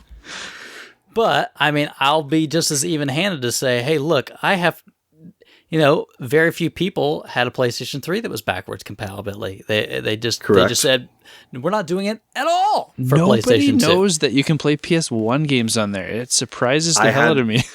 I had this conversation with a couple of friends of mine, Kaylee and Courtney, who don't listen to this show, so we can say whatever we want about them. But we're like in a car, we're driving somewhere, and we're having like a video game conversation or something. And I was talking about like different versions of PlayStation. Okay, the first was the 60 and the 20, and then the 80 came out, and the Metal Gear bundle was the last bundle in the US that was backward compatible with PlayStation 2 games. And I kind of got on. I was like, every PlayStation 3 ever made plays PlayStation 1 games. And they jumped on me. They were like, no, it doesn't, just the early ones. And I was like, no. You're thinking of PlayStation 2 games. Every PS3 plays every PS1 game. And they kind of looked at each other like, are you serious? Like, they looked it up on their phone and they were like, crap, how do we not know that? And then like a year later, I just mentioned it. I was like, hey, since you found that out, how many PlayStation 1 games have you played on your PS3? And they're like, oh, none. We just tried it once to see if it worked. And, like, it got to like the title screen and then we turned it off. Yeah. So, yeah, I think the thing that changed a little bit, though, like originally it was hardware based, and I think the later models were software based, but that's neither here nor there. right. It's just to say that I don't know how you can heap on and complain about this when you're getting it for nothing when the competition isn't doing it at all. Right. I don't get that. So, Right. and I'll be honest, that same day they announced that, I immediately went and started playing the backwards compatible games, and it works flawlessly. I re-downloaded the... What do you mean the competition doesn't do it at all? I think the Wii U is 100% backwards compatible, Chris. Krabby, wait. I got to say this. I said competition. It might not be competition with the PS4, but it's keeping up with the Xbox One. No, it isn't. It's keeping up with the Vita. It's a pretty competitive scene up here with the Wii U, so that's competition. Exactly. So, I have a Wii U. I can say that. We were. That was a good burn, though. I own a Wii U, so Wii U lovers out there, don't get mad at me. I own one. I was so close to getting one, and then like we just had bills to pay. I couldn't use this like little bit of extra income that I got to get the Wii U bundle that was like on eBay at the time, but. That ship has sailed, so we'll see if I have any money left over after Fallout this year and a couple others. They'll be cheap at some point. It's going to be dead soon, so don't worry. Xenoblade Chronicles X coming out for you in December. Yeah. Well, I haven't. There's still some 3DS stuff. I haven't played freaking Majora's Mask or Xenoblade Chronicles 3DS. All right, well, we've got to get back to it, guys. We're going to run out of time. Go. Elite controller, super magical controller for $150. Any interest? When this thing first started being shown, I was like, oh my God, this is so cool. And then I started thinking to myself, this is going to be $100. And then like a day or two later, Chris was like, it's $149. I don't think I'm a buyer at $149, but the more I look at it and I've seen the teardown now, it's a $150 controller. It is. It looks really amazing. I think this will sell to the competitive people. Yes. Probably not a lot of other people, but Microsoft's big enough and they have deep enough pockets they can do that. They can afford to do that. Yeah, I think it'll sell to a lot of people who don't pay rent. No offense to those people. No, but it's okay because I was once one of those people, and I bought like a Samsung GX TV. I mean, I didn't have rent to pay. Sure. So, but yeah, I think it's really cool. I've never seen a D-pad quite like that, like angular, like faceted one that they had on there. But you can swap them out. You don't have to use that one. I'm fascinated by the faceted D-pad. I'll be really honest. I would love to have one of these, and I have a friend that buys like everything Xbox that was actually at that presser, and he'll probably buy it. So I will at least go check it out. Go check it out. I wonder if someone will trade me one of the Elite controllers for my Day 1 2013 controller. Probably not. It says Day 1 right on it. Probably not. And then the last two more things. There's a lot of stuff in here. Xbox is now doing a preview program, which is much like early access on Steam, where you can pay and you get sort of a pre-released, not quite finished game. Very, very glad that this is a thing. It's not really interesting. I'm not personally interested in it. I'm just really glad that it's an avenue that they're exploring. I imagine this means nothing to you. You would not buy a digital thing that isn't even done yet, would you? You have to buy it?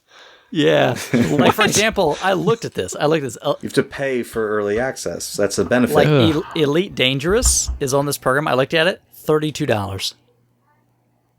Do you get the full game when it's released? I think that's the part of the deal, yeah. Okay, then that's pretty cool. Even if, dude, if someone was planning on getting this game, why wouldn't you just plunk down the 32 and then not even play the preview? Just wait till the final one's out. Because the danger with these is that the game may never come out.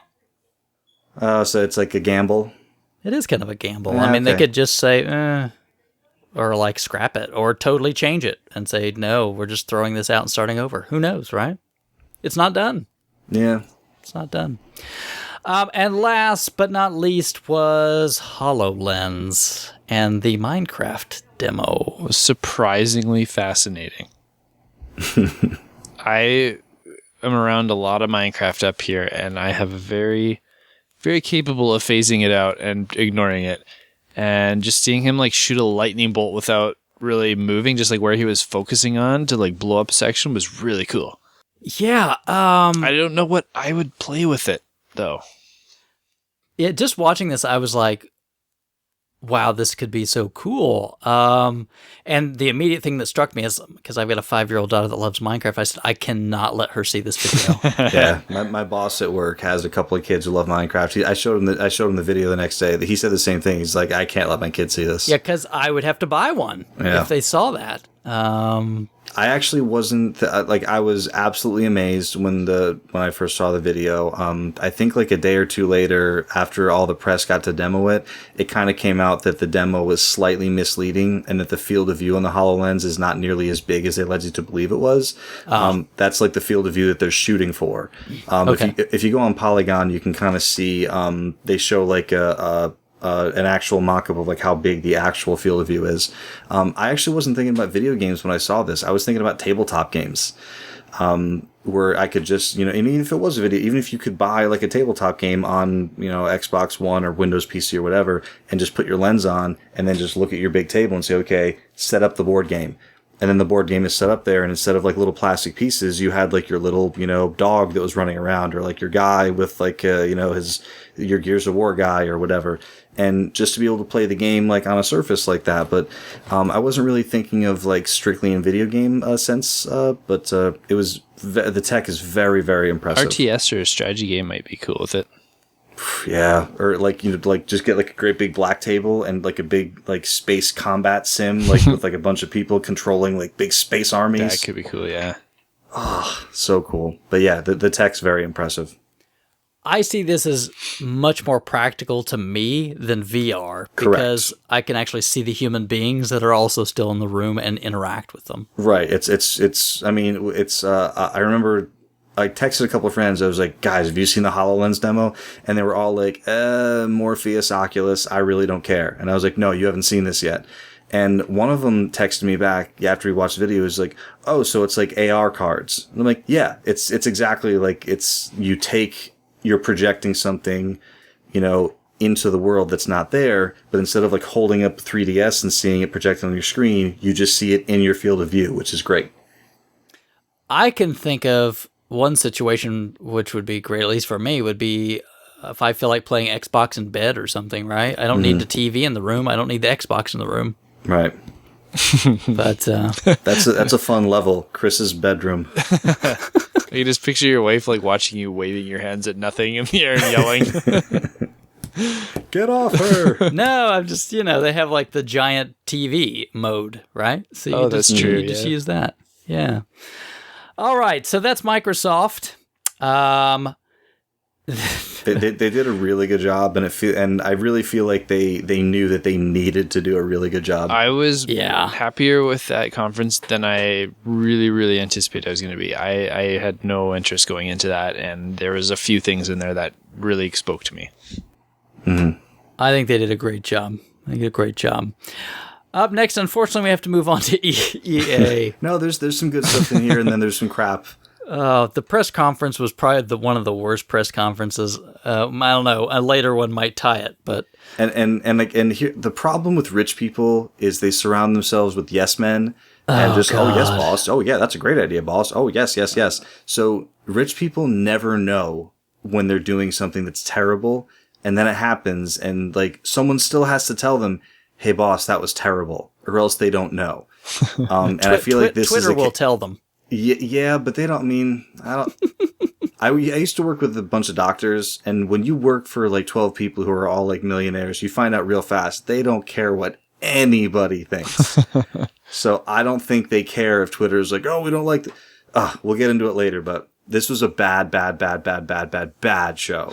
Yeah, so if you haven't watched it, just listen to our version and don't watch it. Oh my god, it was terrible. Let's wrap through some of this stuff. Probably some of this is going to go really fast. Mass Effect Andromeda is strong like, opening. It's a logo. Yep. We are making a Mass Effect game that you already knew we were making. Here is the official name of it. Give us a year and a half. It's the logical step from the concept art we got a year ago. Sure. Yep. It moves. Now those 3 sketches, we put them in a flip book. The only thing that's slightly tangent to that I thought was interesting is they totally shot down the idea of an updated trilogy for this current gen. Yeah, I found that weird. Yeah, which is kind of what I was really, really expecting from them. Is like, but because it's a trend. Like a lot of people put out like the remaster right before the new one comes out. Especially if it's going to be a year and a half off. Like here's something to tide you over. Yeah, so I think what's more likely is it's coming holiday 2016, which means we have E3 2016 plus 8 months before the game comes out. So I think that it's still a possibility for next year. But I was surprised they didn't say anything. But with backwards compatibility and PlayStation Now, you can play it. Exactly. So maybe there's not a big enough market. Right. Is it necessary? Because I got to tell you, I fired up Mass Effect 1 today for the first time in a little bit, and I wasn't expecting it to look that good, and it looked pretty good. Yeah. I mean, good enough, right? Yeah. I mean, it doesn't look like an Xbox One game, but it is definitely playable. Sure. Need for Speed. Anybody? Nope. Nope. You ever like a racing game, Krabby? Like not a retro, like Mario Kart, right? Anything PlayStation forward.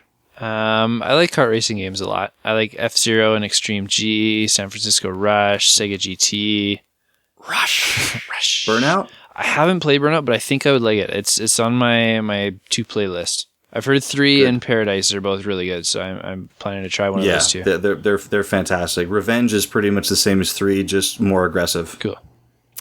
Rolling forward, I'm going to move to Unravel. Looks cute. Yeah, everyone seemed to care about this but me, and I'm happy for everybody. I'm just not into cutesy platformers like the Little Big Planet stuff, but everyone seems into it. Yarny. It's the year of yarn. It is. Isn't it? It's a very yarny year. Yeah. Vil. All right, we'll let you talk about NHL 16 for a minute. Oh, you mean how EA won E3? Sure. I had my Dark Souls 3 moment, so you can have your NHL moment. NHL go for 16, winner is all of us. So yeah, obviously. If your name is Bill. Right. I mean, so obviously you care about this if you care about hockey. And it a lot like, you know how like Microsoft kind of like crapped the bed last year? No, not last. It was the year before they crapped the bed. The year before, Yeah. sorry. Yeah, 2 years ago. So when they crapped the bed a couple years ago, right, before the thing came out, I feel like that's what NHL did last year with their terrible, terrible game. And I'm sorry if I'm only talking to myself with this, but the game that came out last year was awful. It was neutered. It was cut down to nothing. I've actually been playing it for the first time on Xbox One this week because of the EA, whatever you call it, the Access Vault thing that's free this week. And it's amazing how much is just not in there. Like, you go to practice mode, and it's just one player that you cannot choose doing breakaways against a goaltender from another team whom you cannot choose. There's no team practice. There's no, like, training. There's no create a play. Like, all these standard things that have been in the game for years. They're just like, we can't fit it in. We got to get it out in 2 weeks. So this year they've got this big campaign of, like, they're letting you ask questions like on their website like every day, and they're answering every one of them like, yes, it's going to have this, yes. So I feel like they really know that they have to make a really great game. So it's the first one in a while I've been excited about. But that's it. EA NHL 16. Anyone who wants to play, let me know. Does it start off with dun dun dun dun dun dun dun dun dun dun? Well, they had to get the licensing from Konami for that one, but Konami's not doing anything with it anymore. No, So they're probably making blades of mobile steel. oh god. Okay, I'm gonna move forward. Sports. Anybody stop me if you want Like something. the whole press conference, like especially when I had all these friends over, we're sitting there and nobody's paying attention. Like we still got the guy playing Fallout Shelter on his phone. Shelter. The rest of us are playing Ryu and Lucas matches on the Wii U, like waiting for something interesting to happen, and it just wasn't happening. Yeah, Should have went for pizza. I don't think any E3 is the venue for even talking about sports stuff. I mean, everyone knows all these games are coming out, and when you start talking about them at a show, you're talking to like 1/18th of each room, and it's like you really just shouldn't have done. They should have showed a 2-minute montage and then been like, we're going to talk way more about sports to people who are here, and then they'll write stories about it that you can read. Or at least break them up too. Like the NHL one didn't bother me; it was short. The PGA one didn't bother me; it was short. Holy crap, did they spend a ton of time on NBA and FIFA when they pulled out Pele? Right. Like, it was God, yeah. Pele. No slow. way. Yeah. And let's interview him for 20 minutes. And you guys know why NBA Live they spend a lot of time with, right? Because like they've made such bad games internally for the last 7 years that they haven't bothered to release a game in a while. So they really wanted to show people, no, for real, this is going to be competition for 2K, which I still don't think it will be. But yeah, like Pele, like it in front of a room full of people who have no idea who that is. Yeah, it's like, man, if you were really into soccer 40 years ago. Yeah, we've got your guy. Yeah, dear America. Yeah. You So, but now we get to talk about a couple of good games. Do we? You guys like Mirror's Edge, right? Never played it. Love the first one. Oh, you didn't? Okay. This one, this was the one thing I was really excited to see something about in EA, and I was really nervous because last year all the talk was, always online, multiplayer, open world, all these things that Mirror's Edge wasn't. They were like adding into it. So it looked pretty good. The gameplay looked tight. The parkour stuff looked really cool. But I still get this kind of Dead Space 3 feeling where they're going to try and just make it into something that fans of the series didn't want.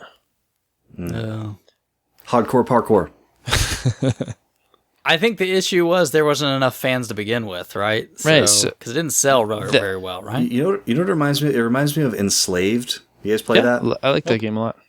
Yeah, I love that game. It's a Mirror's Edge and Enslaved are similar to me in that they're both really good games that everyone who's played a chunk of it really, really likes, and neither one of them have a huge fan base. Yeah. I think it's the kind of game where you look at it and you're like, I don't get it. Right.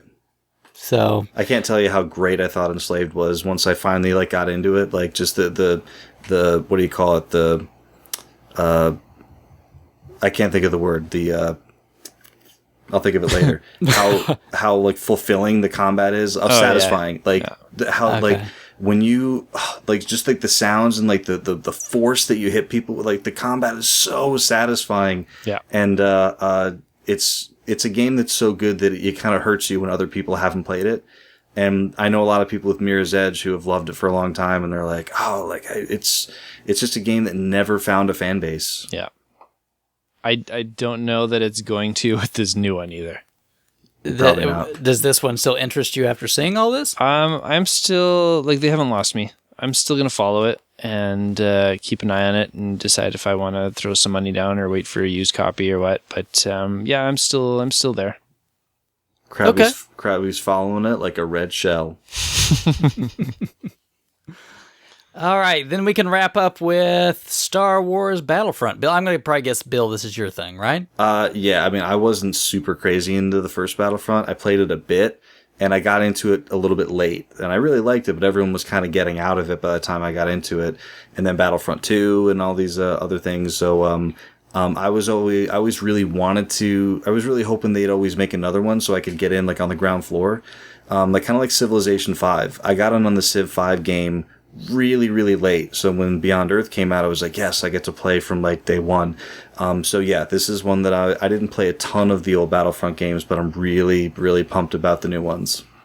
If you guys want to play an online game with me, I could jump into this one, I think.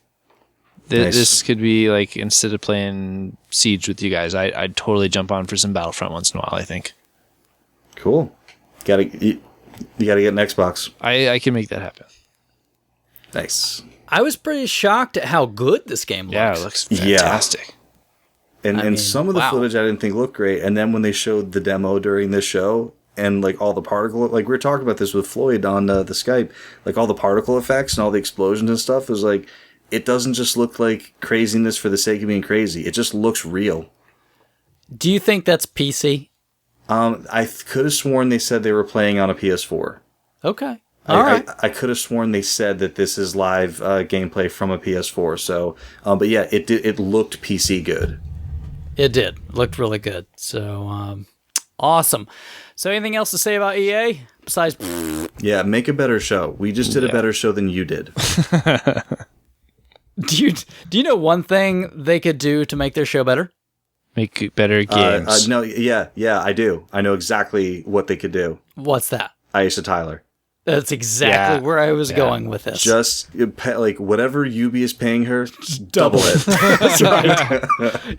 Because I paid a whole lot more attention to Ubisoft, and they had a much better presser. Besides her being awesome, like she's the only person all week that ad-libbed in one of these shows. Everyone, thanks a lot, Carrie. I'm really glad to be here.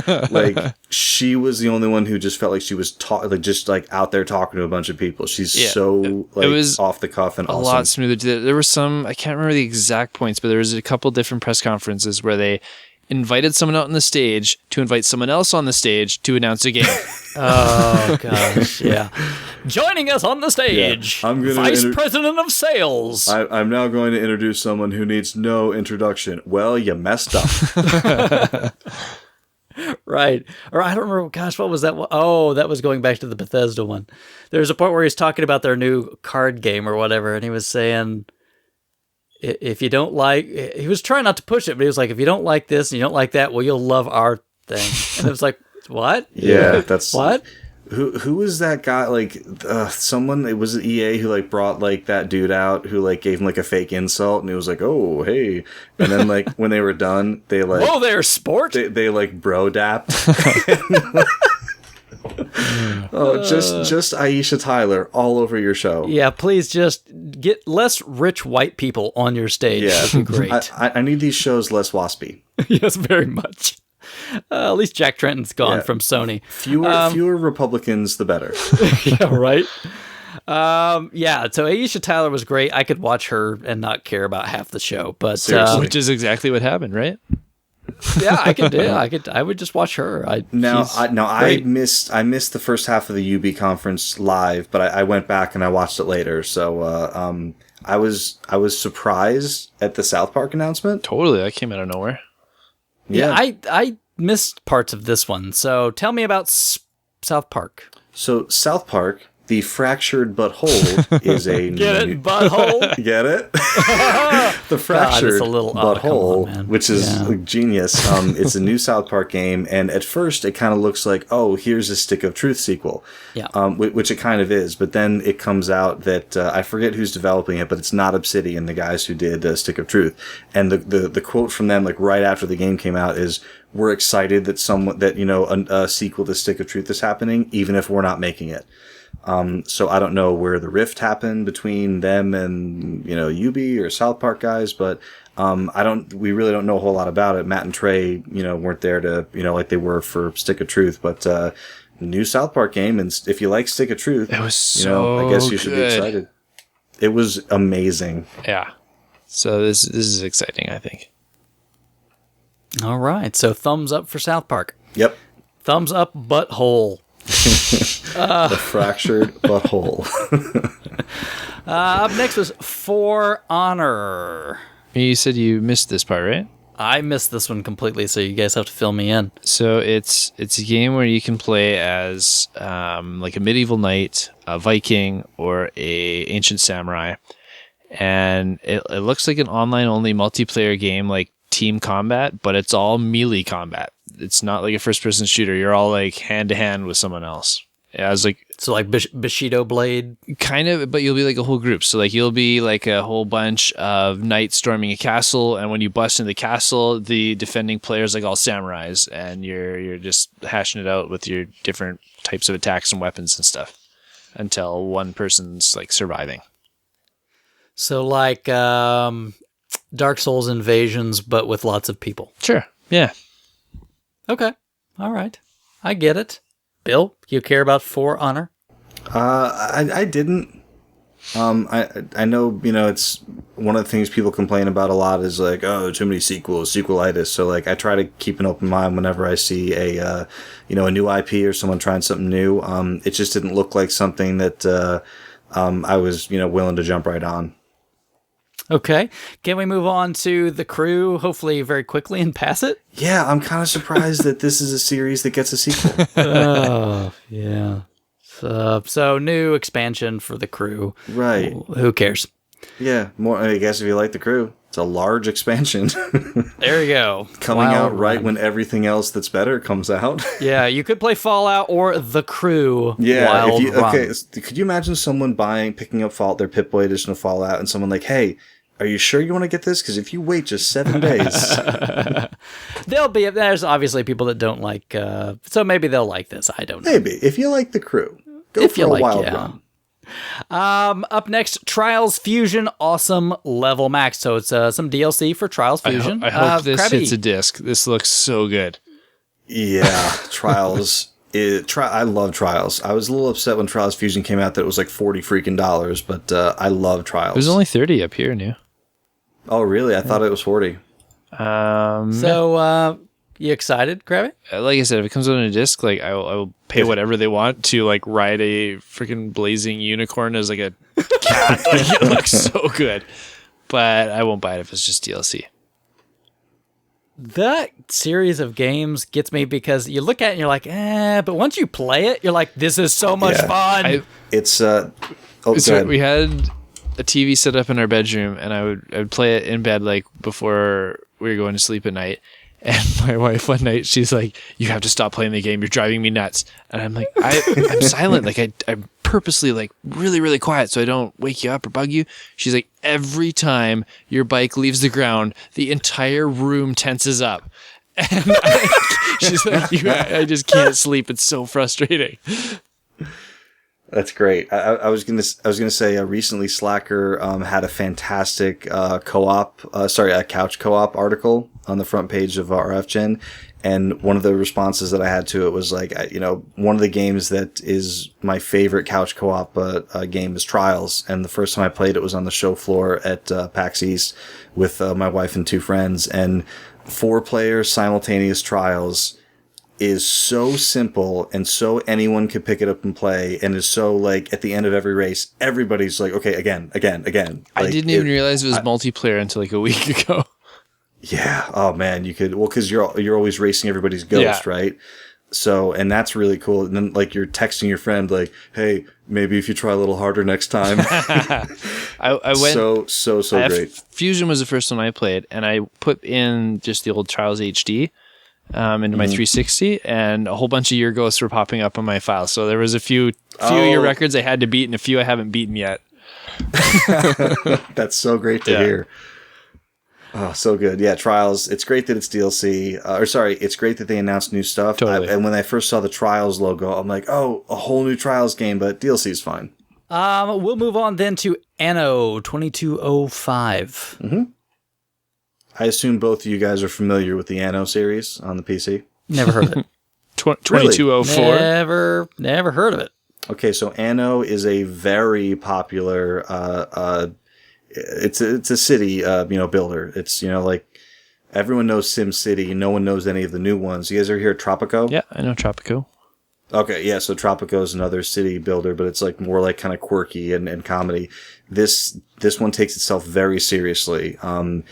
It's really, really beautiful. It's very futuristic, and it's not dystopian like a lot of city builders are. It's very utopian, and you can go from kind of building a city to like expanding out into space. So it's almost like Civilization without combat, because you're just building up your empire and you're not like worried about like, negotiating stuff with, it's, I guess if you're not familiar with, that type of game, you would never heard of this, but Anno's very popular series on the PC. I was really surprised that they had it in this show because it's a very niche type game. But if you've ever had any kind of passing interest in city builders, it's absolutely beautiful. So maybe give it a look in November. All right. Just Dance 2016. Anybody? Didn't know this was still a thing. My kids love Just Dance. Super popular with anyone under like 20. It seems like. Yeah, very popular. It's a very popular game with 19-year-olds. Oh yeah. Yeah, kids love it. Really, seriously. Really. Put it on for your kids when they get a little older. They love it. Is it different than Dance Central? Yes, it's much better than Dance. Very much better much than Dance Central. Yeah. How is it much better? Think the videos Guitar are Hero over Rock Band. no. I don't think you got a leg to stand on over here. Go find an old one cheap. You'll find it's fun, and the way the video is done is cute, and it's just well done. Moving on, Trackmania Turbo Looks so fun. I have never seen footage of a Trackmania game, even though I've heard of them. This is the first time I've seen footage of a Trackmania game, and I think I texted you guys this night. It was like, I've never seen Trackmania before. This looks awesome. The same way. I hadn't even heard of it before. I didn't know it was a series. So why Trackmania? Why is this exciting? Tell everybody. Okay, so if you haven't seen the video, go watch it, and then you'll know what we're talking about. The Trackmania Turbo, it's like it's a crazy mix of it's almost like Extreme G type, like crazy, like geometry and physics and like upside down and loops and stuff, but kind of set in like just this kind of big cartoon, like not cartoony, but like not like hyper realistic. It felt like a Hot Wheels track, almost like some kid built. Yeah, that's a way better way of saying it. So it felt like a kid just putting a whole bunch of tracks together, like, oh, I want to go up a wall, or I want to go a loop-de-loop, or I want to go over here. But then you get to race this track on like these insanely fast, like kind of like F1 style cars. It looked like so much fun. It does look like a lot of fun. I'll be honest. But that's pretty cool. It's coming out soon, right? This fall. I don't know if they said pricing or anything, but it looks like a downloadable type game. I can't imagine it being a $60 game. Yeah, well, who knows? This is the same people that gave you Assassin's Creed Unity. Speaking of... Well, they didn't give that to me. They like... Would you have taken it? They like put that down upon us. They put it on somebody. Assassin's Creed, like we knew another Assassin's Creed game was coming, so... I'm a little sour on the series right now. Just you, huh? Yeah. Everybody. I really liked and you. The first one. The second one was okay, and I've just been waiting for a setting that grabs me that I want to jump back in. Once they move out of Europe, I'll probably give the next one a try, kind of thing. 4's good. I don't want pirates. Right. I know you don't like pirates, and I feel your personal preference. 4 to me is absolutely the best one. That's what I hear from everybody in the store. That's almost universal. Then just do it. 1 I thought was cool. I'm with you. 1 I thought was cool. 2 to me is the most, because I didn't think 1 was as good as you did. 2 to me is the most improved sequel over an original game that I've ever played. Brotherhood was really good. It's a big statement. Revelations, what's It's a big statement. It is, and Street Fighter is the only other one that comes to mind. Wow. So that's not even a fair comparison. Street Fighter 1. Street Fighter 1 to Street Fighter 2 isn't even like the same genre, the ballpark rather. But no, I love Assassin's Creed 2. Brotherhood was good. Revelations is when I started to sour on it a little bit, and then when they announced 3, I was like, okay, I'm out. And then I got into 4. It was the only launch title I cared about, and it's the best Assassin's Creed game. And if we can move on, then we'll get to the last thing Ubi showed, which was kind of surprising to me. A new Ghost Recon game. Yeah, it's weird. But it looked cool. It did. At least I thought it looked cool. It did. It's just, and it's not what I want Siege. Okay, yeah, no, I don't get me wrong. I like Rainbow Six better than Ghost Recon, but Right. it still looked like a pretty interesting game. I don't know if it's... Is it direct sequel to Future Soldier 2? I don't know if they said that. Okay. No, They just, I don't Go ahead. know. I haven't played a ton of the Tom Clancy stuff. Is there too many Tom Clancy games, or are they different enough that people don't mind? they're different. They are different, and it's extremely easy for someone not familiar with the differences between the games to get really confused. Yeah. So I saw 3 of them like in one press conference, and I was very like, "What? Really?" Yeah, like the Division, Siege, Wildlands. It really. I was thinking the same thing. I was like, weren't like 2 of these the same game at one point? Did they just like split them up or something? But they are different enough. I think they have a real confusion problem, though. Yeah, to a certain point, the Tom Clancy branding, I don't know So they should how have much called it it helps. Tom Clancy's Ghost Recon U to clear up all the confusion, right? That certainly would work great for But then they'd Ubisoft. have even more confusion from people who are like, the Wii U is still a thing? And we'd be asking when I get my Tom Clancy amiibo. All right, so any other news to talk about with Ubisoft? Anything else you guys want to throw in there? Nope. Let's move along. Let's move. Let on. Let me tell you my wish that was not fulfilled. all right. I was hoping for a Blood Dragon-esque Far Cry 4 DLC. I can see that, but I wonder if they're probably even done with main DLC for Far Cry 4 yet. Right. Sorry, go on. No, go ahead. I was just saying. Right. I don't know if they are. My Fallout friend that was playing Shelter all day was very disappointed. He's still holding out on the hope that there's going to be a Beyond Good and Evil 2. So he was really bummed they didn't mention anything there. No, that's now that The Last Guardian's been announced. That's the new vaporware. Yeah. Speaking of The Last Guardian, You're welcome. so Sony kicks off their press conference with like, "Hey, ta-da! See, we told you, it's still here." That was Last that That was a Guardian. good start. I wonder if anyone remember the people who were like all upset about the backward compatibility, even though it's a cool thing. I wonder if there's any people who were like, "Thanks a lot, Sony. You originally announced this for the PlayStation 3, so I kept it. Now I have to get a PlayStation 4." I'm gonna guess that it Do you doesn't hate work negative that way. people? It gets a little old sometimes. So doesn't it? negative. You got what you want. Be happy. So Looks really good. so yeah. Looks really good. Big dog yeah, mouse thing. It's got some feathers on there. There's some bird It's a in griffin. there. It's a griffin, right? It's part griffin, part ferret. I really don't know what it is. It's ugly. Oh, it's cute. It's ugly. I It's like that it. ratty kind of cute. Yeah, you found the dog in the gutter, and he's kind of cute. Yeah, I like how he's feathery. I think in the first videos they showed he wasn't feathery, and they added feathers. I can't It's remember. probably the power of the PlayStation 4. Yes, Can that's the render George feathers. Lucas. George Lucas got in there. Was like, we can do it now. We have the tech. Give it eyelids. They sort of showed, I guess, gameplay ish. Yep, That was they showed a gameplay. small piece of gameplay, which was a good thing to show. They say coming in 2016, so you got to think it's going to be mid to late 2016, and it's going to be PS4. So it's cool that it's a thing. It's taken a long time. I'm sure we'll hear more about it. And yeah, it was cool that they showed some gameplay. I think it was smart to get it out of the way right away too, and not linger it on the whole press Right. conference. So, any interest, fellas? I will buy it. In Last Guardian, Yeah. when I get a PS4, which might not be for a while, I will get it. I will borrow someone's PS4 to play it. Okay. All right. Well, there you go. All right. 2 out of 3 Collectorcast hosts aren't too bad. Did you play Ico, Chris, or Eco?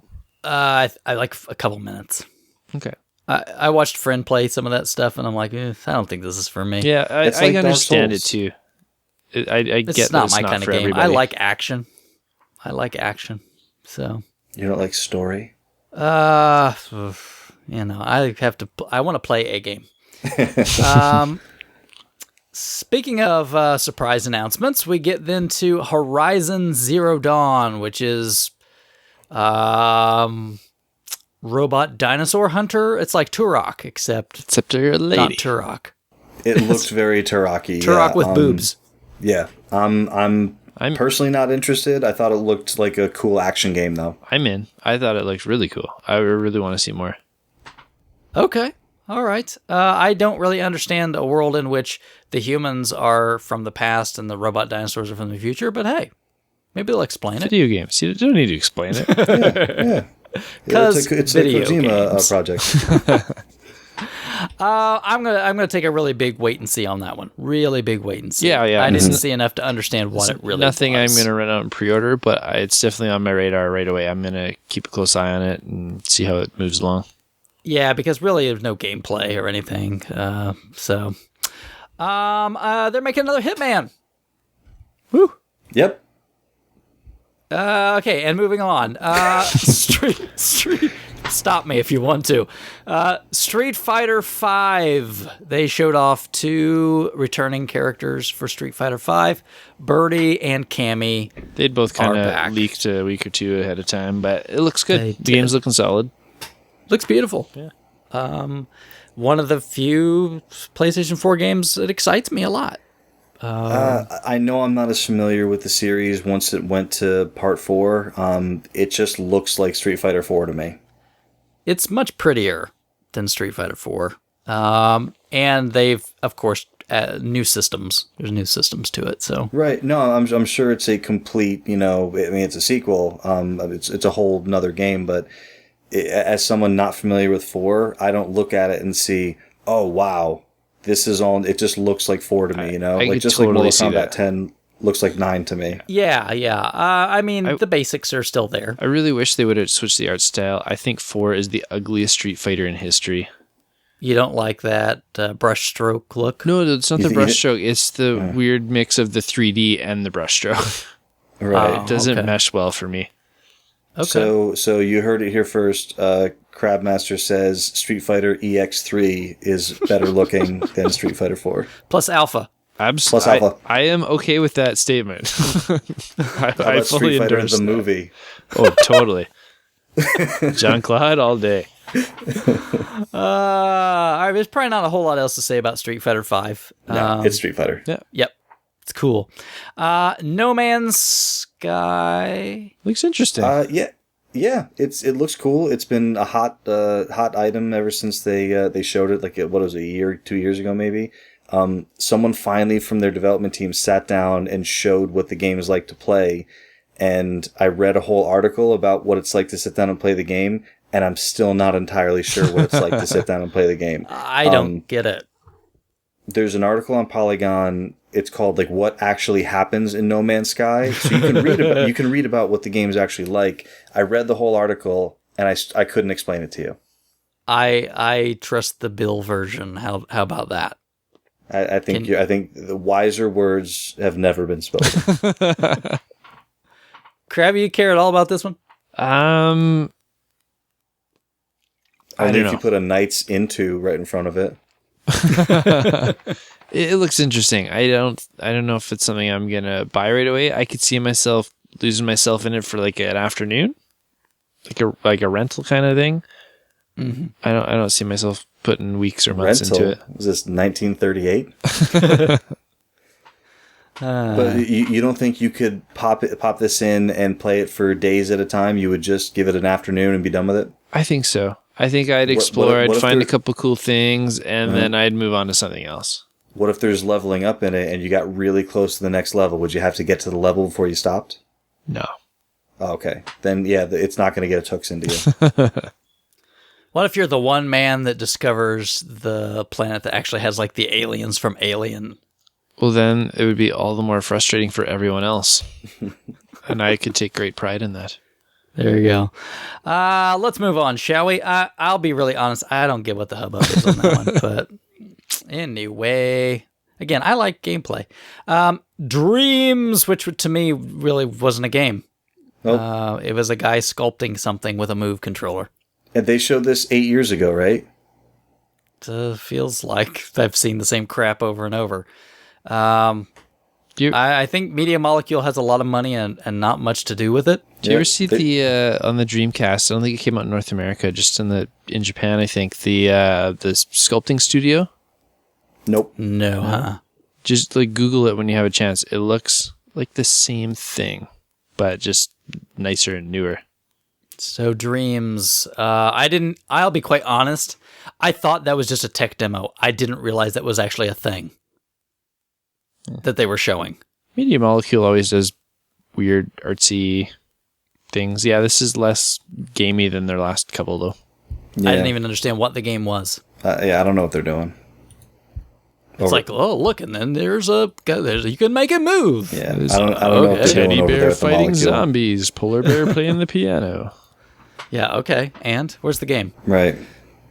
Okie dokie. Firewatch. Nope. No, just nope. Yeah, I'm taking Bill's side on this one. All right, yep, let's move on. Destiny, please tell me we can keep moving. Go. We already talked about that. World of Final... Chibi Robo meets Now, Final Chibi Fantasy. As a parent of a 14-month-old and a negative 3-month-old, I'm starting to kind of open myself up to the possibility of, having to introduce them to games at some point. So this is a thing that, while it doesn't interest me personally, it's kind of a thing that's on my radar because, just of the way that, the kids are going to get introduced to games eventually. But it did seem like kind of a weird, unexpected thing. Well, let me help you out, Bill. I mean, my 5-year-old daughter enjoys sitting down and watching Street Fighter tournaments with me. There you go. Nice. You don't have to play these games. But what if I they're thought good? it looked cute and fun and worth trying if I can score one for like $15-20. I didn't see any gameplay, so I have no idea what it really is. So, but the good news, Bill, is that's the one thing you can actually play on your Vita that they announced at their whole show. You mean my Final Fantasy X machine? Yeah, that was the one Vita game. Yeah, my Final Fantasy X machine is actually I know people know this about me if you know me. I love Final Fantasy X. It's my personal favorite, and whenever I go on any kind of trip, I just continue to level up in the Omega Ruins on my Vita. Okay, that's fine. And nothing Rogue to say. Legacy. I also play Rogue Legacy on my Final Fantasy X machine. Okay, and then the thing that everybody pooped their pants about finally happened, right? I don't know why people are kind of losing their minds so bad. Like, I know it's been something that everyone's kind of like waited for forever, but like, yeah, it's cool. I think it's because not only they waited for forever, it actually didn't leak like everything else 2 weeks early. Like it was a legitimate surprise. Yeah, there is that. Yeah, I didn't hear a thing about it until it happened. That's definitely true. Watching it in a room with like 8 people, and every single person was like, "No, no." Does it say Shinra? Like, there's the flower. Like, everyone was really pumped about it, whether they were going to buy it or not. Yeah, so we're talking about the Final Fantasy VII remake, right? It was like, oh, here, I recognize Midgar before anyone in the world because I didn't get texts for like minutes, and people were like, wait. My friend told me, but it's like halfway through the video, they were like, wait, is that Midgar? And I'm like, hey, come on. What are you doing over here? I got to tell you, the surprise of the show for me, and maybe I'm overstating, but an enormous surprise for me was that this is not a PS4 exclusive. I'm right there with you. Once they said coming first, I was like, They worded that really funnily. I was like, and it's ouch. And the thing is, when they said like we have a long-standing relationship, like with Final Fantasy and Square with PlayStation, it came to us, and you're like, everyone's thinking it, right? And and that's the reason why I kind of thought it was Final Fantasy VII before you knew it was, because it's like, well, what the hell else could it be? Right. So, but then when he's like, it's coming to PlayStation 4 first, and then I'm thinking, okay, it's got to be like PlayStation 4 and PC, right? And they haven't specified, so we don't know yet, but I was very surprised it's not exclusive. Yeah, I'm thinking next year it's going to be like Tomb Raider. Like, they're going to have it for 6 months to a year before the other guys. Exactly. It'll be a timed exclusive. Yep, I agree. You just can't turn down money, especially if you're Square. Right. You can't afford to do that anymore. Yep. I'll be honest. I have never been a giant Final Fantasy VII fan. I played through it. It's a good game. Seven's not my favorite, but it looked really good. I'm very eager to see what the actual gameplay is like if they tweak that too much. I'm surprised that they're saying next year and not a piece of gameplay. So, are you guys buyers? Are you in? Yeah, I'm in. Yeah, it'll just take another trailer with some gameplay. If it's still like a turn-based game, I'm in. Like I'm buying it regardless. If the gameplay looks amazing, then it's a pre-order. If the gameplay looks okay, I'll grab it when it comes out. Okay. I'm more wait and see. But I want to see the Sephiroth trailer. Come on. Right. Sephiroth. Geneva, maybe she'll actually do something this time. All right. All I can say is, can they please maybe make the story, tighten it up a little bit? Can they tighten that story up a little bit? I imagine they're going to make a lot of changes to the dialogue and the overall plot. I think there's going to be some re-looking at the localization. Yeah, can Barrett not be like this ridiculous stereotype? The whole time. Yeah. Firing his gun in the air, like with children around. Yeah, do you have to make him talk jive? Yeah. Really? Anyway, though, I'm all I could say was, do you think they'll make Cloud talk? No. I don't know. He did in whatever the movie. Right. So And in Well, Kingdom yeah, Hearts. of course. Yeah, of course they will. I wonder if they'll get the Kingdom Hearts voice guy. I don't know. Advent Children, that was it. I'm really happy for everybody that's excited about this. I know what it's like to be excited for games. It doesn't strike me. But I said at the time, I was like, if it was a Final Fantasy VI update, I would be just as fanboyish. So I completely get that. Hey, if this does good, maybe we'll see a 6 and a 9, and who knows? I'd be really surprised if we see any other remakes in this entire series. Yeah. I have no idea what the heck Devolver Games Then is. skip it. There's a whole bunch of 8-bit indie games coming out. Some of which looked interesting, some of which looked horrible. Oh, I remember this because I remember the one that looked cool was that Mother Russia Bleeds. Looked cool. That was the beat 'em up one, beat 'em right? up. Yeah. Yeah, it was like Streets of Rage. Okay, cool. And this was the weirdest part Out of the freaking nowhere, show. right? Weirdest part. This kind of bothers me. Really? What? Why would it bother you? It just bothers me a little bit. I was pumped about this. I don't even like Shenmue, and I was so excited. Right. No one likes Shenmue, so no one should be excited about this. Oh, don't say that. You're going to get a lot of people mad. A lot of people like Shenmue. Why? Shenmue is a bad game. Some people really like it. That's great. I'm glad a lot of people really like it. Shenmue is a bad game. How can you say it's not a bad game? So, weirdest part, right? Sony spends a lot of money. Big press conference. Everybody's watching it. Let's bring him out. Oh, it's the guy. We're going to talk about Shenmue. And it's Kickstarter. Right. We want to be clear. This is totally their project, but we just wanted to give them a little place to say something right here. I don't know. It's probably because I don't like the game is probably why it bothered me. But okay, so he went to Sony however they found each other. And it's okay, we will not fund your game because we don't believe in it, but we will allow you to announce your Kickstarter if you make it a timed PS4 exclusive. I think they did fund it. There's no way he's making this game for $2 million. They came out afterwards and said they did put it into the pot. Yeah.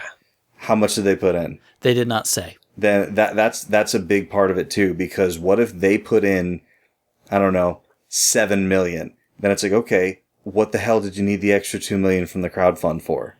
Here's the thing that you have to really wonder is the original Shenmue or whatever, a million years ago, was a $30 or $40 million game. Yeah, it was the most expensive game ever made when it was made.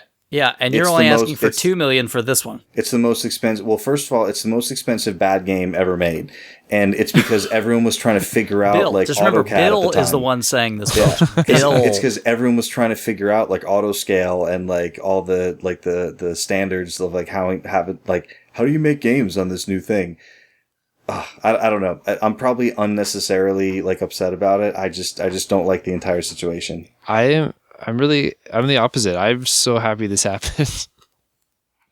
I'm glad for the people that are fans to get closure on this series, hopefully. Yeah.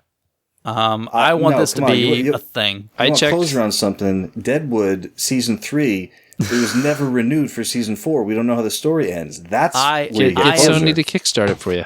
Hey, why don't we bring David Milch out to E3? Hey, there's a television show that wanted to come out and say a few words.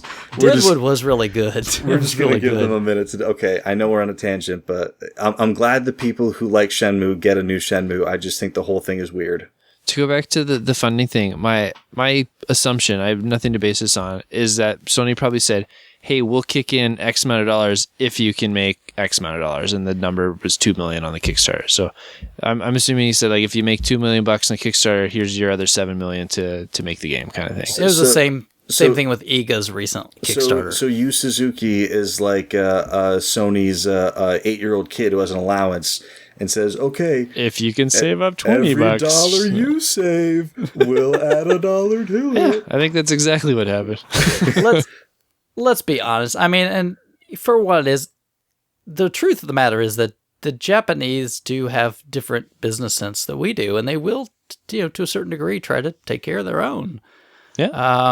I don't think that's a horrible thing. And again, I'm glad. I just thought it was the weirdest thing to stick in your press conference. Weird good or weird bad, though? I don't know. I hope this doesn't continue to be a trend. Really? I'm totally on board with this. I'm totally happy for more of them to come out like this. I don't mind Kickstarters. Trust me. I've backed several. I don't want that in my E3 press conference. Oh, I had no problem with that.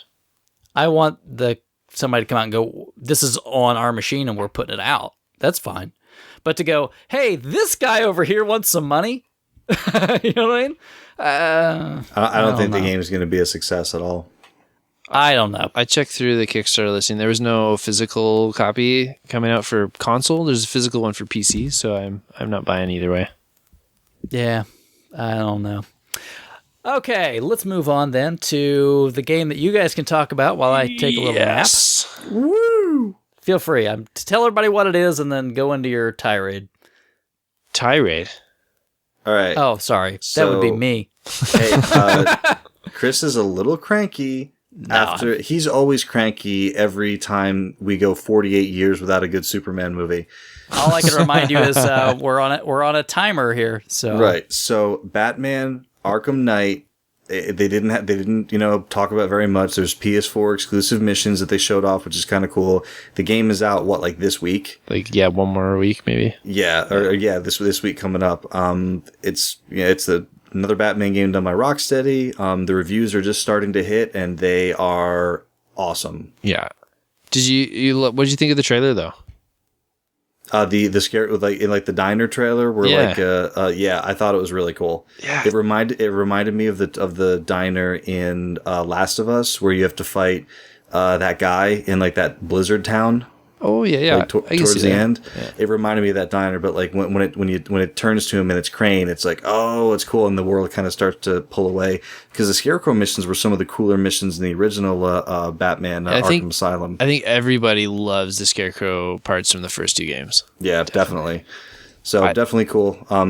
Duke's not a big Batman fan, and I know we can't spend too much time on it, but Batman Arkham Knight, which I actually wasn't too hot on.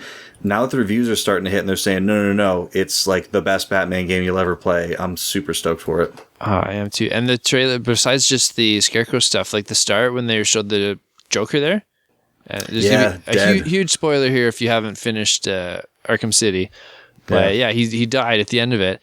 And when they had him laying there, I was sure they were just going to wreck that and just wake him up or something.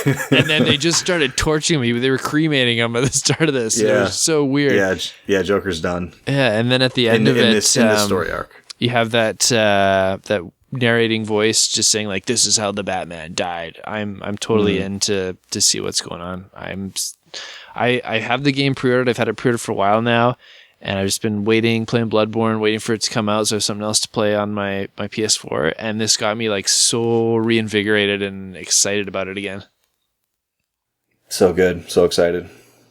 And then on the flip side of the excitement spectrum, there's Call of Duty Black Ops 3, which is totally a Call of Duty game. More COD blops. The thing that was interesting to me was that this is the first time I can remember where COD Blops was featured at Sony and not Microsoft.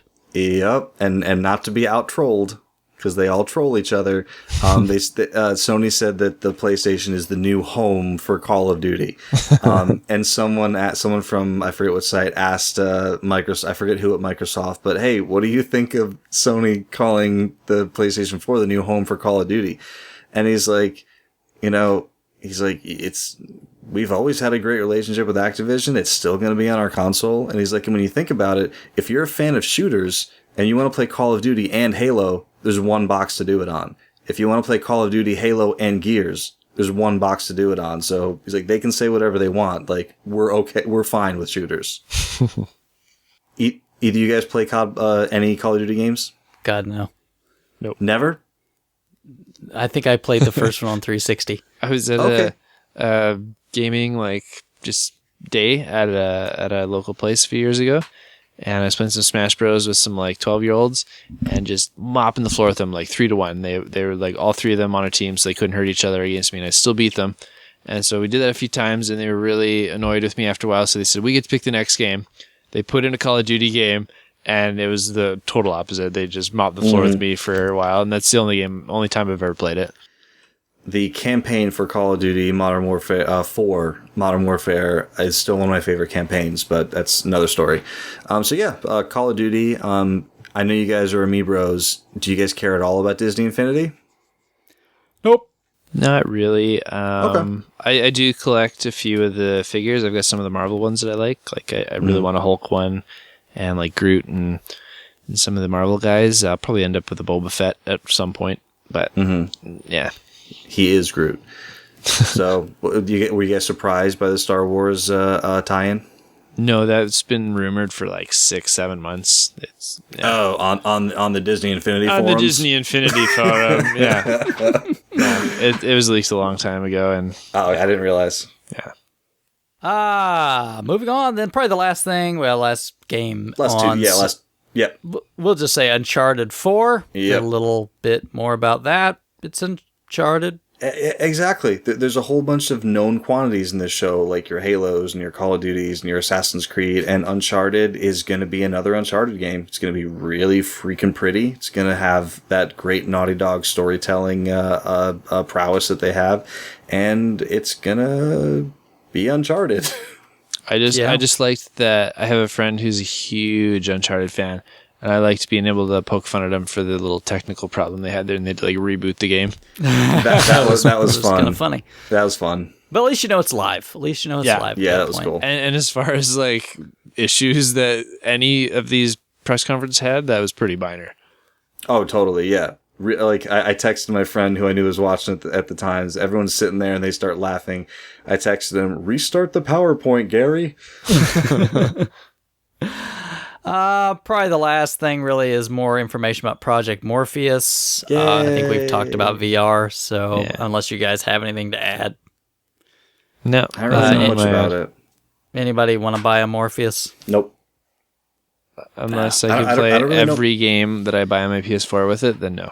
Yeah, I really don't know much about it, but it looks like it's a VR headset, and I don't have a PS4, so I don't really feel interested. This was my favorite press conference the whole time, though. The Sony one, really, I enjoyed it from start to finish. Interesting. By a lot. None of the other ones are even close, I thought. But so you liked Last Guardian, you liked Horizon, yeah, and Final Fantasy Remake, 7?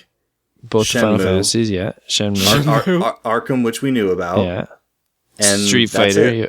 Street Fighter as well. Oh, Street Fighter. Yeah, that's right. Okay. And the Battlefront stuff, we'd already seen at the other shows, but it was still nice to see. Right. Still looked really good. Yeah. Okay.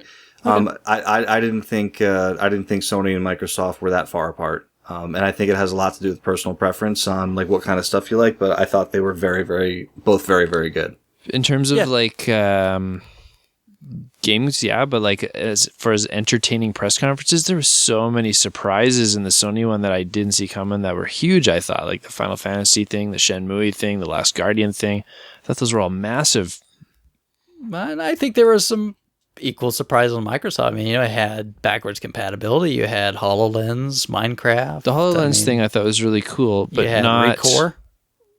Same thing, really cool, but not like something we've been waiting 10 years to see kind of thing. Yeah. I'm just saying there's, I think I see it like Bill does. I think it's kind of just equal preference thing. I had so much fun watching that one. I actually wasn't all that surprised. I wasn't all that surprised by Last Guardian. Like, it came up and I was like, okay, it's actually a thing again. Cool. And same with like Final Fantasy. It came up and I was like, okay, well, they've been talking about it for 30 years. So like, I guess this is finally the time. So I guess with the two of those things and so much else felt known to me. Like Street Fighter V. Okay. We knew about that. Yeah. No Man's Sky. Okay. We knew about that. Shenmue 3 was like, we didn't know about it, but it was so weird and I don't care about the series. And then I like weird. I don't want predictable in these. Then it gets boring. No, I'm not saying you're wrong. I'm just saying we have just different ways of looking at it. Totally. Like, I didn't think Sony really like, but people, a lot more people felt the way you did. Like I had people texting me like, "Oh my god," and I'm like, "Yeah, I mean, I guess." But yeah, because I had people here watching it with, and it was pretty dry during every other press conference except for the Sony one. Everyone was like moving around and gossiping with each other. And, really? Yeah. There was a totally different energy level in the whole room. Yeah, well. Yeah, we were kind of, that's interesting. We were kind of the opposite. We were kind of like, I was losing my mind in the Xbox one, and the Sony one, I was like texting people. Let's move on to Nintendo. Yes. I didn't see this one. Nintendo. But it's a cereal. But I've heard that there's been extreme anger. Oh God, we'll get there. Okay, we'll get there. Ahead. Don't worry. Go ahead. Okay. Star Fox Zero. So Wii U, gamepad heavy, right? Yeah. Looks solid. We kind of knew it was coming. We and everyone, because they postponed Zelda, like I think everyone kind of expected Star Fox to be bumped into the big marquee spot for the fall kind of thing. Yeah, it looks very much a continuance of the ideas of Star Fox 64. Which is good, because a lot of people were upset with Adventures in Assault. And for good reason. Yeah, so it's nice to see like going back to the roots kind of thing.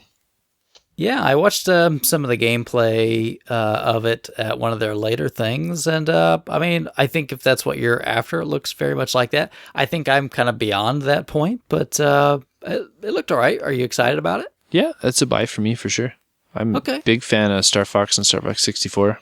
After that, they kind of lost me, so it's nice to have something to look forward to again in that series. I see. Did you see the parts where they were showing some of the other vehicles, like the helicopter and all that? Yeah, the Landmaster, I forget what they called the helicopter thing, Yeah, I saw that. Yeah, everything looks solid to me. It's Any concerns about the control? No, Nintendo's always good with, quality when things come out. They had tech demos before with was it Twilight Princess or Skyward Sword, and they iron all that out at launch time. Bill, Star Fox? Not really super into it. I was into Star Fox 64 multiplayer for a while, like just having like a couple other guys on the couch, like all like dogfighting and doing loops, and barrel rolls. Yeah, just I don't know. Like it's Star Fox is a cool game, cool series. It doesn't get me excited, so it's probably something I'd play at someone else's house or a party or something. Yeah, I will have to say this too, just to put this in. I have to talk about the Muppet thing. That was wonderful. I had so much fun with that. Yeah. So Reggie, Miyamoto Shiggy, and Iwata. and Iwata were all dancing Muppets at the beginning, and they turned into the Star Fox characters. It was really kind of odd, but very Nintendo, right? Yeah, they're just having fun with it. When they bust into the dressing room and Reggie's counting his push-ups, Nintendo 62, Nintendo 63. I thought that was hilarious. And Bill, you haven't seen this?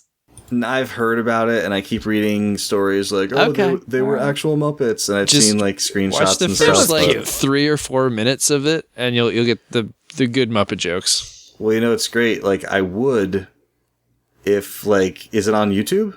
Oh yeah. Oh yeah. Okay, it's on YouTube. Then I'll watch it. Yeah, because it's I don't have like a Wii U, so I can't go onto their online infrastructure and just pull videos up. If you just ever go to Nintendo.com, they have all the directs right on their website too.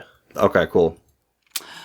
Moving forward, then Skylander Superchargers now with amiibo-ish characters that are one and the other, right? Absolutely. Two reasons to buy them. So now you have one that can be a Skylander, and then you flip the base, and it's an amiibo.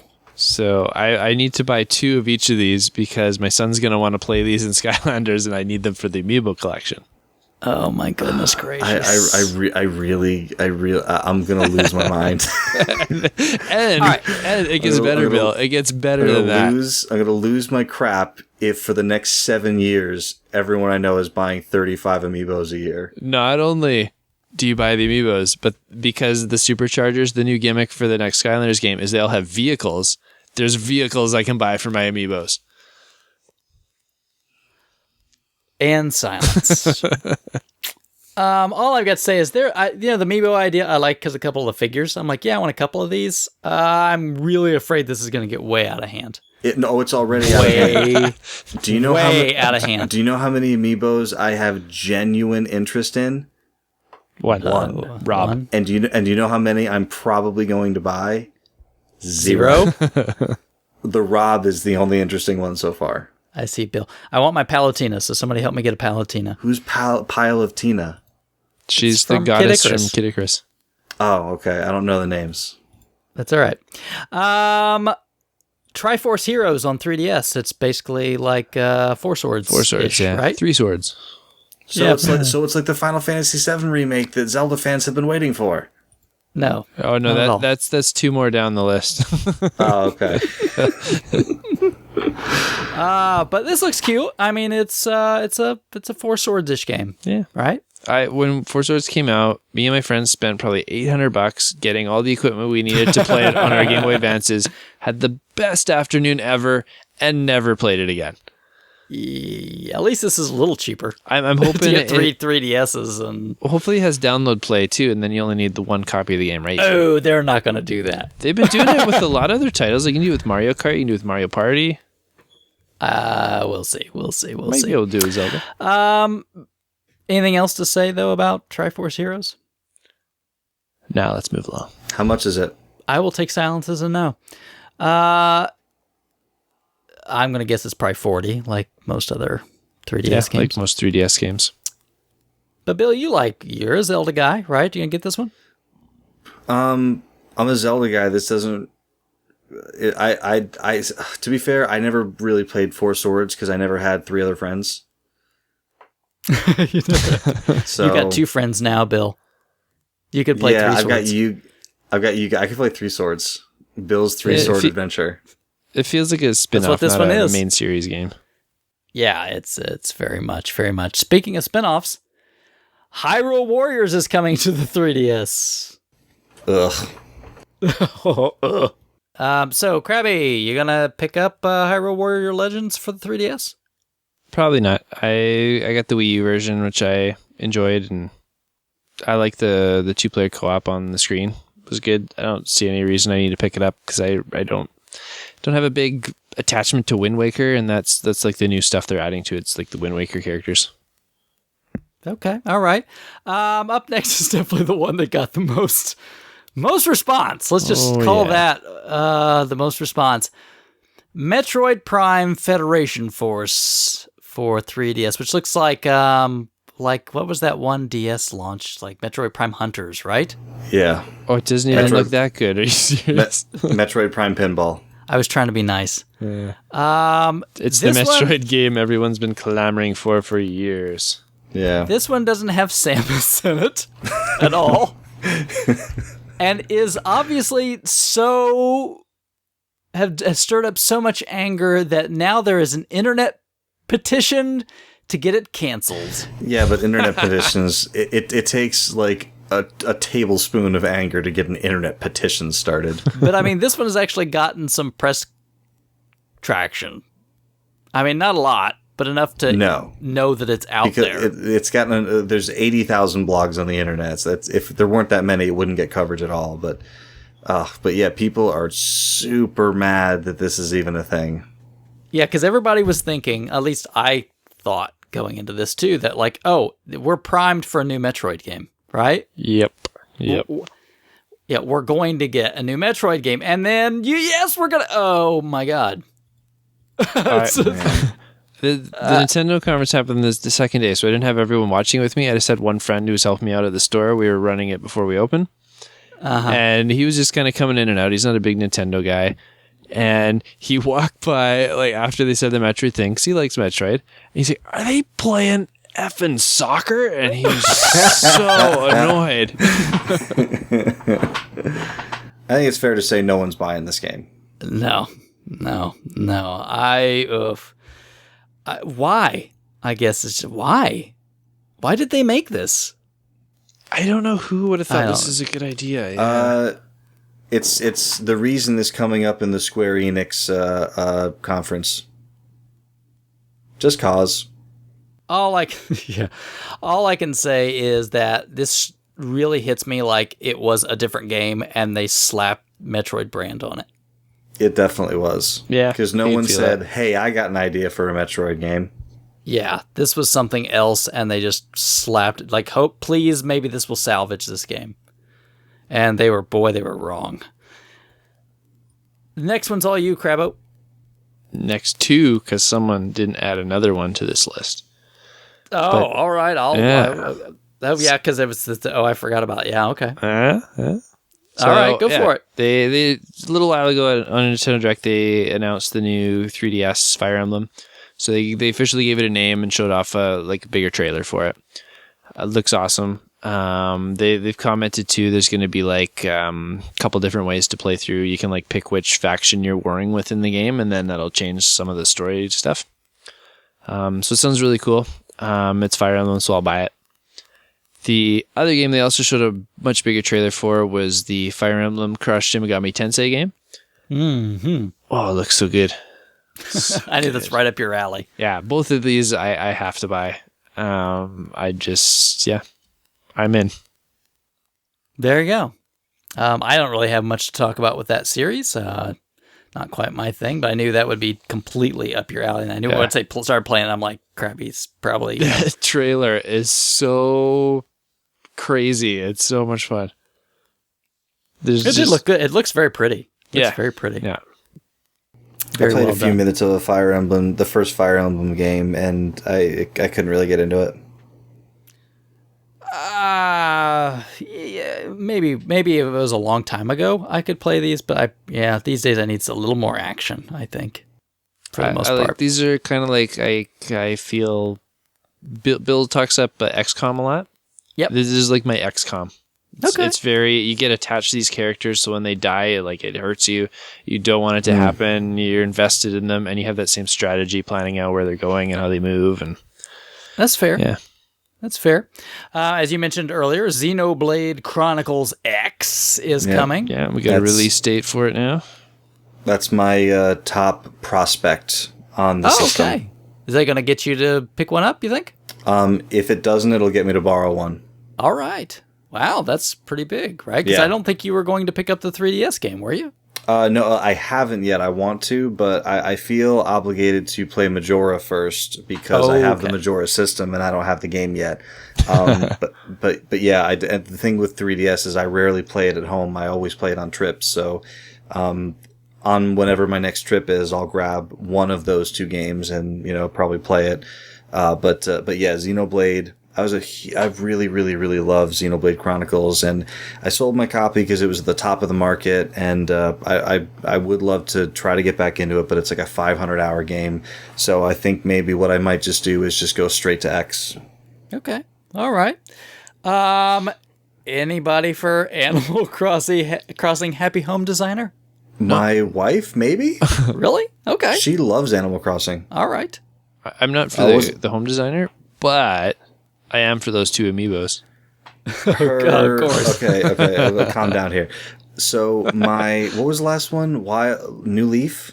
New Leaf. That's right. Right. That was she played that on her 3. She loved it. She played the Wii ones before that. I don't know if I told you guys, but my sister-in-law is a interior design major at school. So this could be something that they could maybe share.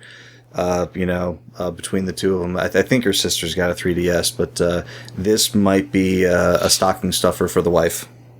Maybe one of these days we need to do a women in gaming thing and invite ladies on and talk about some of that. Cool. Say, audience, these are ladies. If you're nice, you might meet one day. We may need a whole primer episode to explain what they are first. Right after the Fallout 3. I will say this though. I kind of it kind of bothers me a little bit because I'm of the age where there was never any part of playing games that was ever cool to a woman that's of my age ever. But when I look at younger people these days, like tons of their spouses or girlfriends play games, I'm like, I was born in the wrong age, I think. Yep. I told you what my wife, I was in here playing Homeworld for a little while, and but right before we started recording, I went out to the family room. My wife is playing a video game for the first time in years. It's one of the only 360 games she would ever play by herself, and now it's on the 360 compatibility list. Oh. She's playing Zuma. Okay, all right. And I said, we've had backwards compatibility for like 8 minutes, and somehow you were drawn to Zuma. And she's like, I've only been playing for like a few minutes. And then I look at the loading screen. It says, now loading level 9. It's like, Zuma's awesome. Somebody's been playing a little Zuma. And she's like, what? I like it. Zuma and Bejeweled, I could sit down with either of those for hours. Hey, love them. I played Hexic. That was the first thing I booted up on backwards compatibility. So... Okay. All right, moving on to Yoshi's Woolly World. Of course, the amiibos.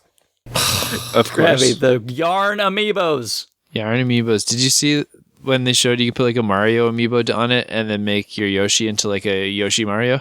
Yes. I like that. That's yes. More amiibos. That sounds like, when kids, like, they see an R-rated movie for the first time and they go to school and they see, Jerry, did you see Schwarzenegger shot the guy, his arm came off? That was awesome. You saw boobies that one time? It was awesome. Oh, man. Bless you guys and your amiibos.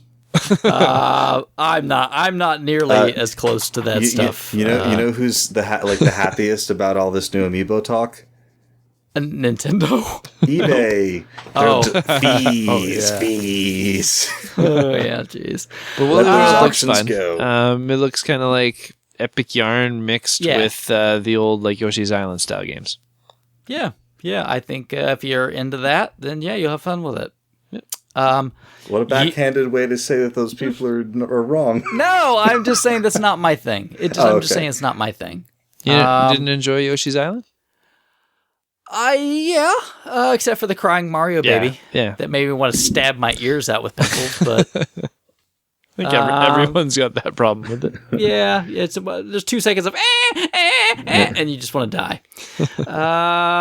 But now if I'm gonna play a platformer, I'll just play Mario. I like Mario. Right.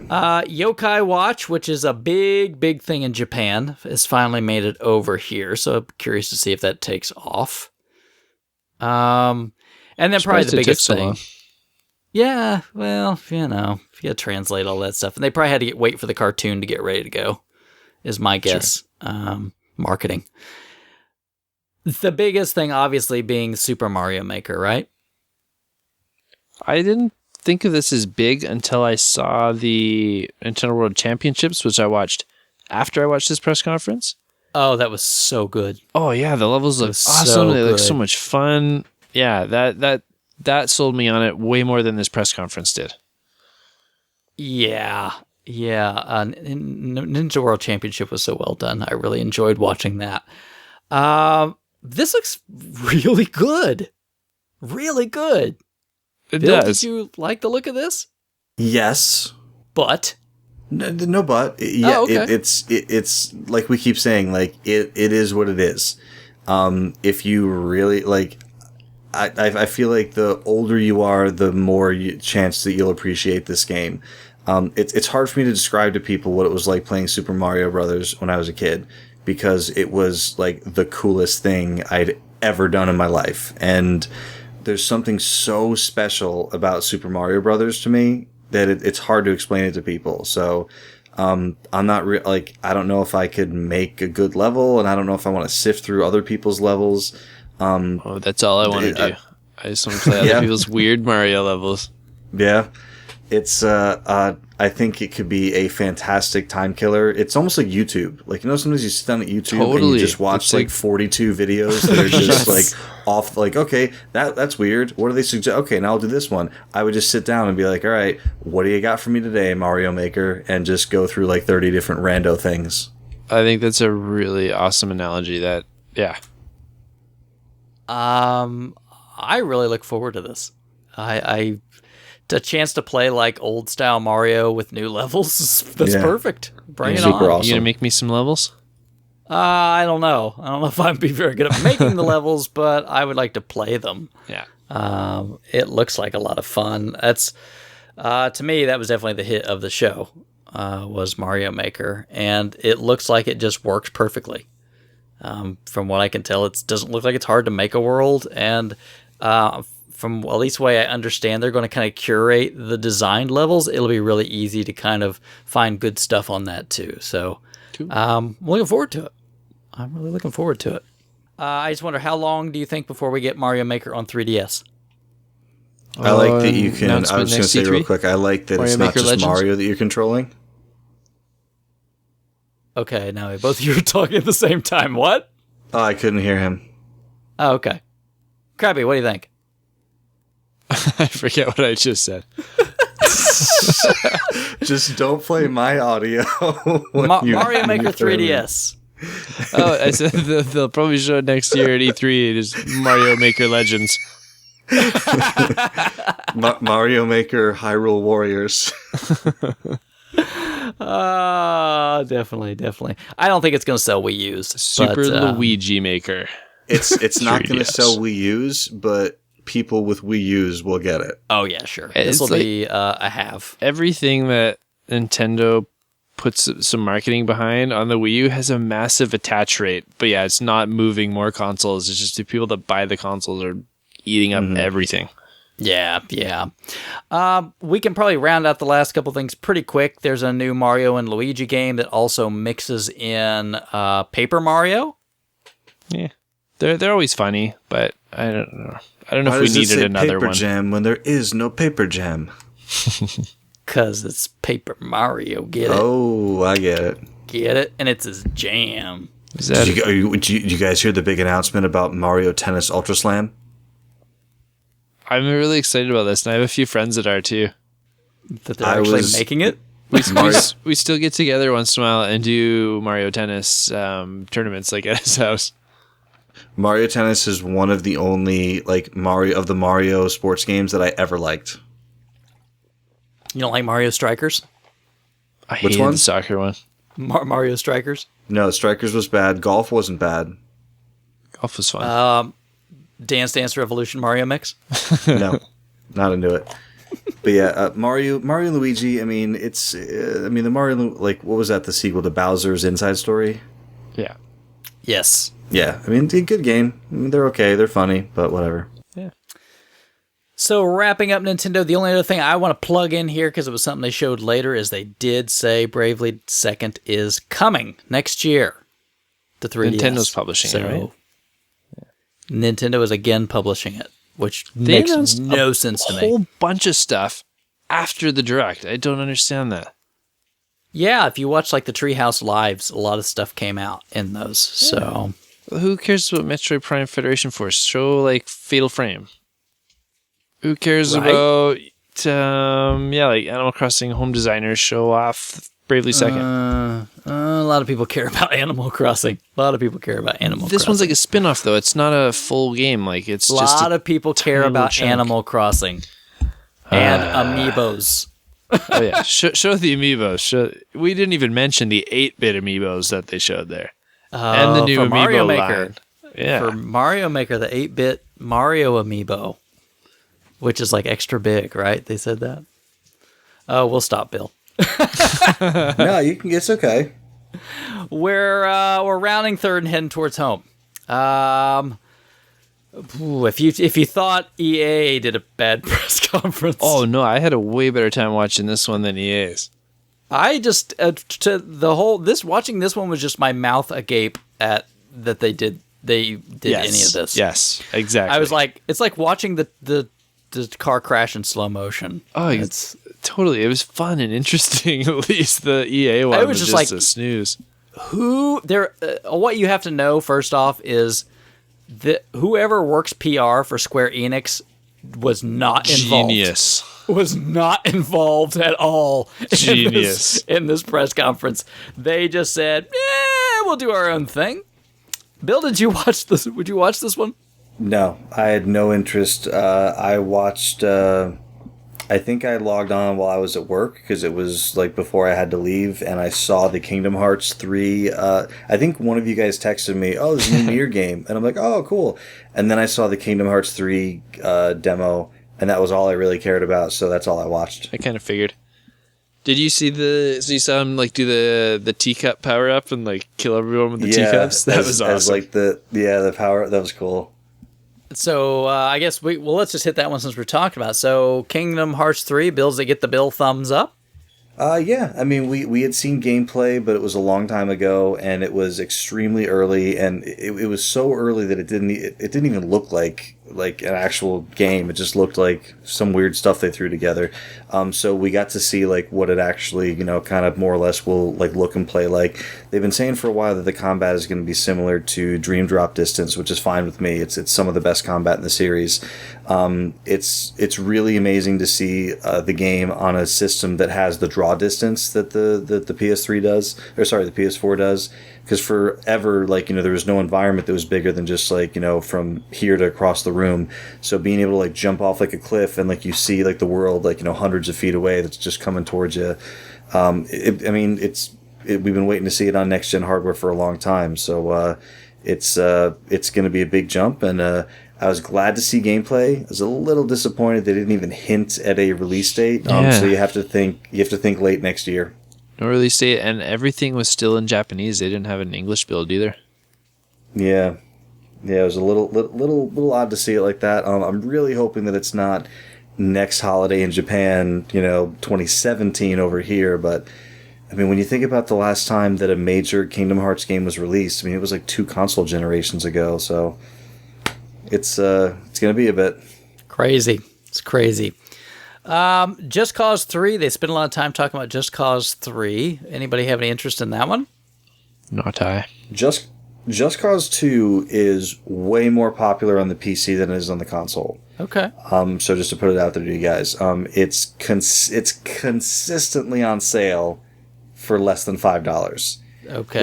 Which I think might be why so many PC people have it. And if you just want to jump in a sandbox and wreak some havoc, it's one of the better games at doing that. It's very Far Cry-y like that without some of the other Far Cry elements. That being said, I've never been into it personally. I know lots of people who have it on the PC who like it a lot. They showed a lot of carnage in Just Cause 3, so it might kind of pique my curiosity a little bit. But yeah, I'm not personally going to run out and get Just Cause 3. All right. Yeah. The only thing I want to say about the new Nier game is what? They made another Nier game? Yeah. You don't want to say one other thing about it? That's so exciting. Yeah. I'll let you. Why don't you tell us how that was introduced, Krabby? Oh, besides the weird moon-faced guy? No, that's exactly what I'm talking about. No, it's being done by Platinum Games. That's super exciting to me. I would have Nier was okay. I don't even know if I'd check it out if it was just the same team. But now that Platinum's involved, I'm in. I'm ready to buy it. Bill, go ahead. Check out that part of the conference just to see. Moonface guy? They lead a man out onto the stage who can't see because they have to lead him out. Has a giant papier-mâché thing moon on his head. And he talks while inside of it. He's a Nier character. He's dressing up. He's doing a little cosplay.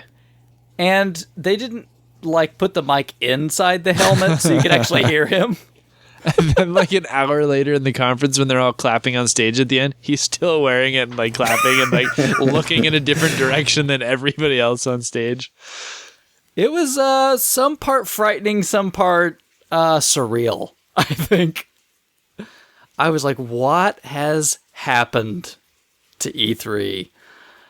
Okay, let's move on then. Probably the last couple things to wrap up with. New Star Ocean.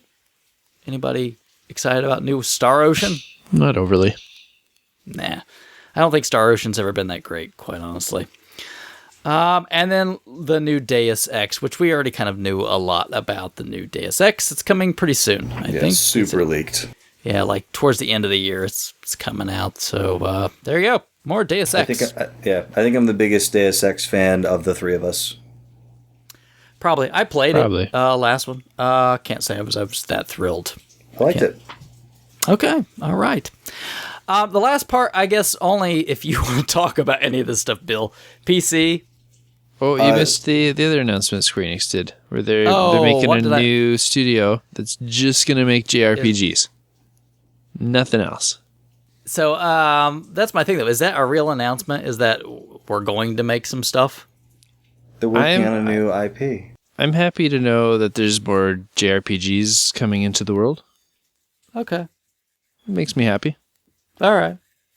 I don't know if I'd close a show with it, but... Yeah, I mean, that was the thing. I was like, That's when you bring out the Moon Man to close the show. I kind of just expect them to do that, though, right?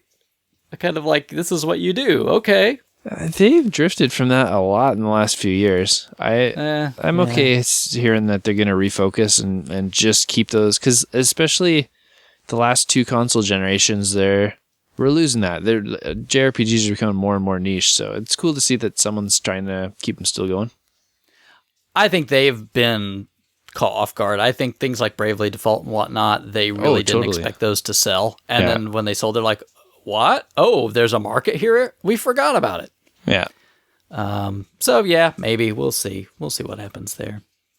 Can we move on now to PC gaming? They actually had a PC show. At E3. I'll tell you, I was really happy to find out that they were having just like a dedicated PC show, and it was co-sponsored by a whole bunch of different people. And then I was immediately had the opposite reaction when I saw what it was and actually watched a little bit of it.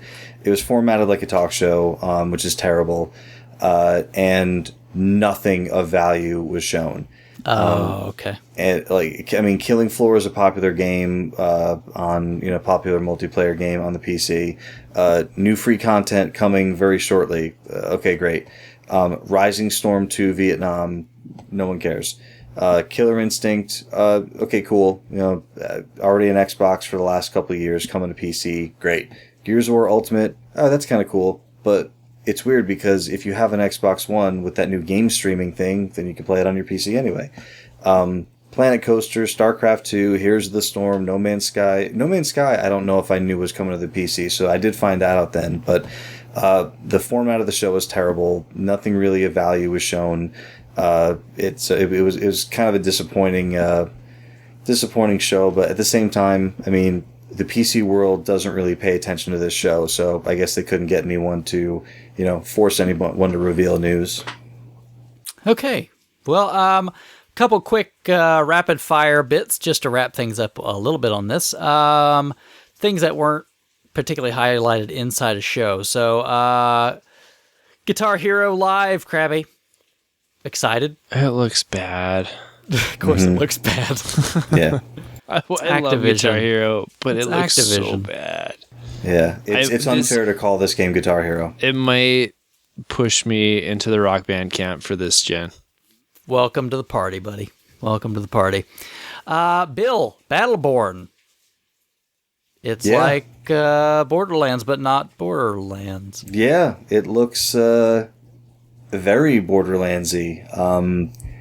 It's and Randy Pitchford of Gearbox, who has a little bit of a connection with Borderlands. I don't know. It seems like they're kind of trying to reinvent the wheel when you could just announce Borderlands 3. Okay, all right. Just something else. They want more than one series they can run. I think is the thing, right? Yeah, I get it. They want more IPs. It's just weird that they would I understand if someone else would announce it and be like, oh, why would you put out competition for your other thing? So they can stagger them, Bill. So they have something coming out every year. That's what DLC is for. Make more money if they say a whole new game. Let's round it out with a couple quick things. Tony Hawk Pro Skater 5. Yes. So it is the most exciting Tony Hawk game since 4. Agreed. 100%. You didn't like HD? I didn't play HD. Okay, all right. So regale me with the excitement about Tony Hawk Pro Skater 5. I love Tony Hawk 1. I love Tony Hawk 2. Every game that came out not numbered, they got really weird. Correct. American Wasteland was weird. Yeah. They did some cool things, and they did a lot of really bad things, though. Yep. I can't tell. I probably could, but like it's hard for me to explain to you how much I really love Tony Hawk 1. It's one of the reasons I bought a Dreamcast. And then Tony Hawk 2. Revert. And then, yep. Once you could go on, once you could like string your tricks together for like one big long like 4-minute trick, and then 4. I remember came out. I've actually played 4 on the Xbox. I think It's my favorite one. it really is. Like I didn't think anything could top 3 because I really love 3. 4 is ridiculous. And I remember I changed the sound because I memorized the soundtrack for every Tony Hawk game, like 1, 2, and 3. But then once it got to 4. It was in the Xbox era, you could play your own soundtrack. The only CD that I had like near me when I started putting soundtracks on there was the Lord of the Rings Fellowship of the Ring soundtrack. So that's the soundtrack that I ripped to the system, and I put that to Tony Hawk. So I was grinding and I was doing tricks. It was da-da-da-da-da-da-da. It was the best thing ever. Weird. I don't think I could play that game without the Fellowship of the Ring soundtrack. I spent a long time going through the tracks and picking the songs I wanted to listen to off it, and I think that's the only time I've ever listened to a game soundtrack and then like went out and bought a CD afterwards because I'm like, I need this in my car too. Wow. I didn't buy the soundtrack to the game. I bought CDs of the bands that were in the game. Wow. Right. There's still songs that I wrote from like I think what's the band called, like CPK or something. I can't remember what it's called, but it's that song from the first one that's like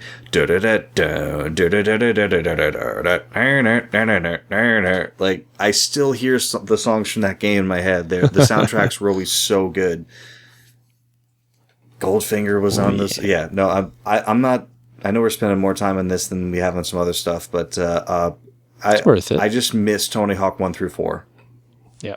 They showed some gameplay of 5 and it looks solid so far. It looks like what I want out of Tony Hawk. It doesn't look like Project 8 and Downhill Jam and Skate, and it looks like Tony Hawk Pro Skater again.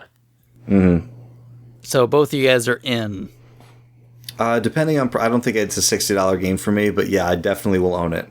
Okay. I spent $60 on 4, Underground 2, American Wasteland, and Project 8. I would probably do it again on 5. No, you have to learn at some point. I did. I didn't buy Shred. I didn't buy Ride. Oh, okay. You didn't buy Shred? Oh, you're missing out. Well, I have it now. I didn't buy it like new.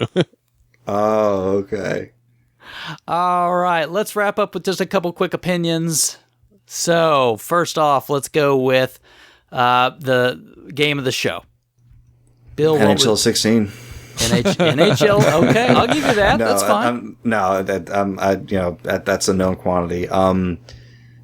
If you twisted my arm, yeah, and if I had to say,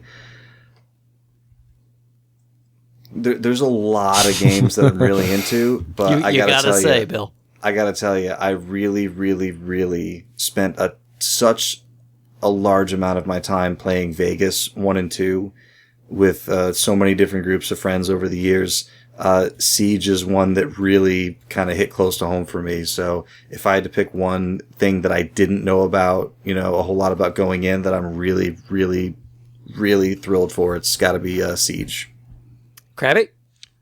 The Final Fantasy 7 remake caught me off guard and I loved it. Okay. It's not my favorite Final Fantasy, but I'm super pumped about it. All right. Well, for me, game of the show would be Fallout 4, for sure. I Yeah, the only reason I want to say Fallout 4 is because it's obviously it's Fallout 4. It's gonna be the thing. So, best announcement. Krabby, you got a best announcement? What was your favorite announcement? I was really kind of surprised by that Horizon game. I'm curious to hear more about that. It piqued my interest. Krabby's down with the robot dinosaurs. All right. I got you. Bill. Backward compatibility. Backwards compatibility. All right. I got goosebumps. Gotcha. Dark Souls 3 for me. It's probably pretty easy. Biggest disappointment, and we'll wrap on that one. Biggest disappointment. Bill? It's not that it's really a disappointment. I just, before the show started, the title, that if I had to choose one title I was looking forward to the most about, it would have been Crackdown 3. They announced before the show that wasn't going to make the show. It was going to be at Gamescom in August, which was a double whammy. It was like, okay, I don't get to see it, number one, and number two, we're probably not going to play it this year. So that was, disappointment of not being at the show. Not a whole lot else disappointed about. I mean, it was, it was a pretty good show overall. So that's probably my biggest one, is not seeing anything on Crackdown. Okay. Krabby? Everything EA. The whole EA presser. Do you remember when the Plants vs. Zombies zombie came out? And the guy had to literally force the audience to start clapping, and he wouldn't go on until people started clapping with him. And people wanted to do it just so they would hurry up and be done, right? It's like pulling a tooth, just get it over with. I think I can definitely go with that one. For me, I would have to probably say that. I guess this is just an overall thing. I saw way too many trailers and not enough gameplay. I think just overall, in all the pressers, I saw way too much of just not the games. You know what I mean? Usually okay with that, actually, myself. Okay. I like to fantasize and dream about what they could be. I don't necessarily always want to see. Oh, I do. Much. I like to play games. I like Recore. I have no idea what that's going to play like. I'm kind of interested and excited about it. Just kind of anticipating what it could be like. Okay. Right, but in that one in particular, even though it was a trailer, I really feel like it gave you gameplay conceits. Like, you understand that this core is important. And that and that it's a buddy system, and that even if you lose your buddy, that core is what's important, and so it opens up opportunities. So that, more than any other trailer, told me more about what the game's about than say like the Final Fantasy trailer that didn't show. Everyone knows Final Fantasy, so they didn't have to show anything. But yeah, that Recore demo was a really good way to show what the game's probably about without showing gameplay. Yeah. But if they would have showed you gameplay, you would have understood much better, right? Sure, but I don't always want to. I want some time to dream. Yeah, okay. and you ever have a game that doesn't demo particularly well? Yeah, there's sometimes. Sometimes I worry that if you show 2 minutes of a game, it doesn't look as good as just showing 2 minutes of the idea of a game. Yeah, the Fire Emblem games that I love. You can't show gameplay trailers to those. It's boring as hell. It's literally like watching someone play chess. So you got to show these crazy, weird anime videos that make no sense and have nothing to do with the game for people that have never played them. That's all right. So for me, I like to see the game. I like to know what I'm getting into. That's why I like Fallout 4. I got to see the game. And that's exactly what I was hoping it would be. So it's good stuff.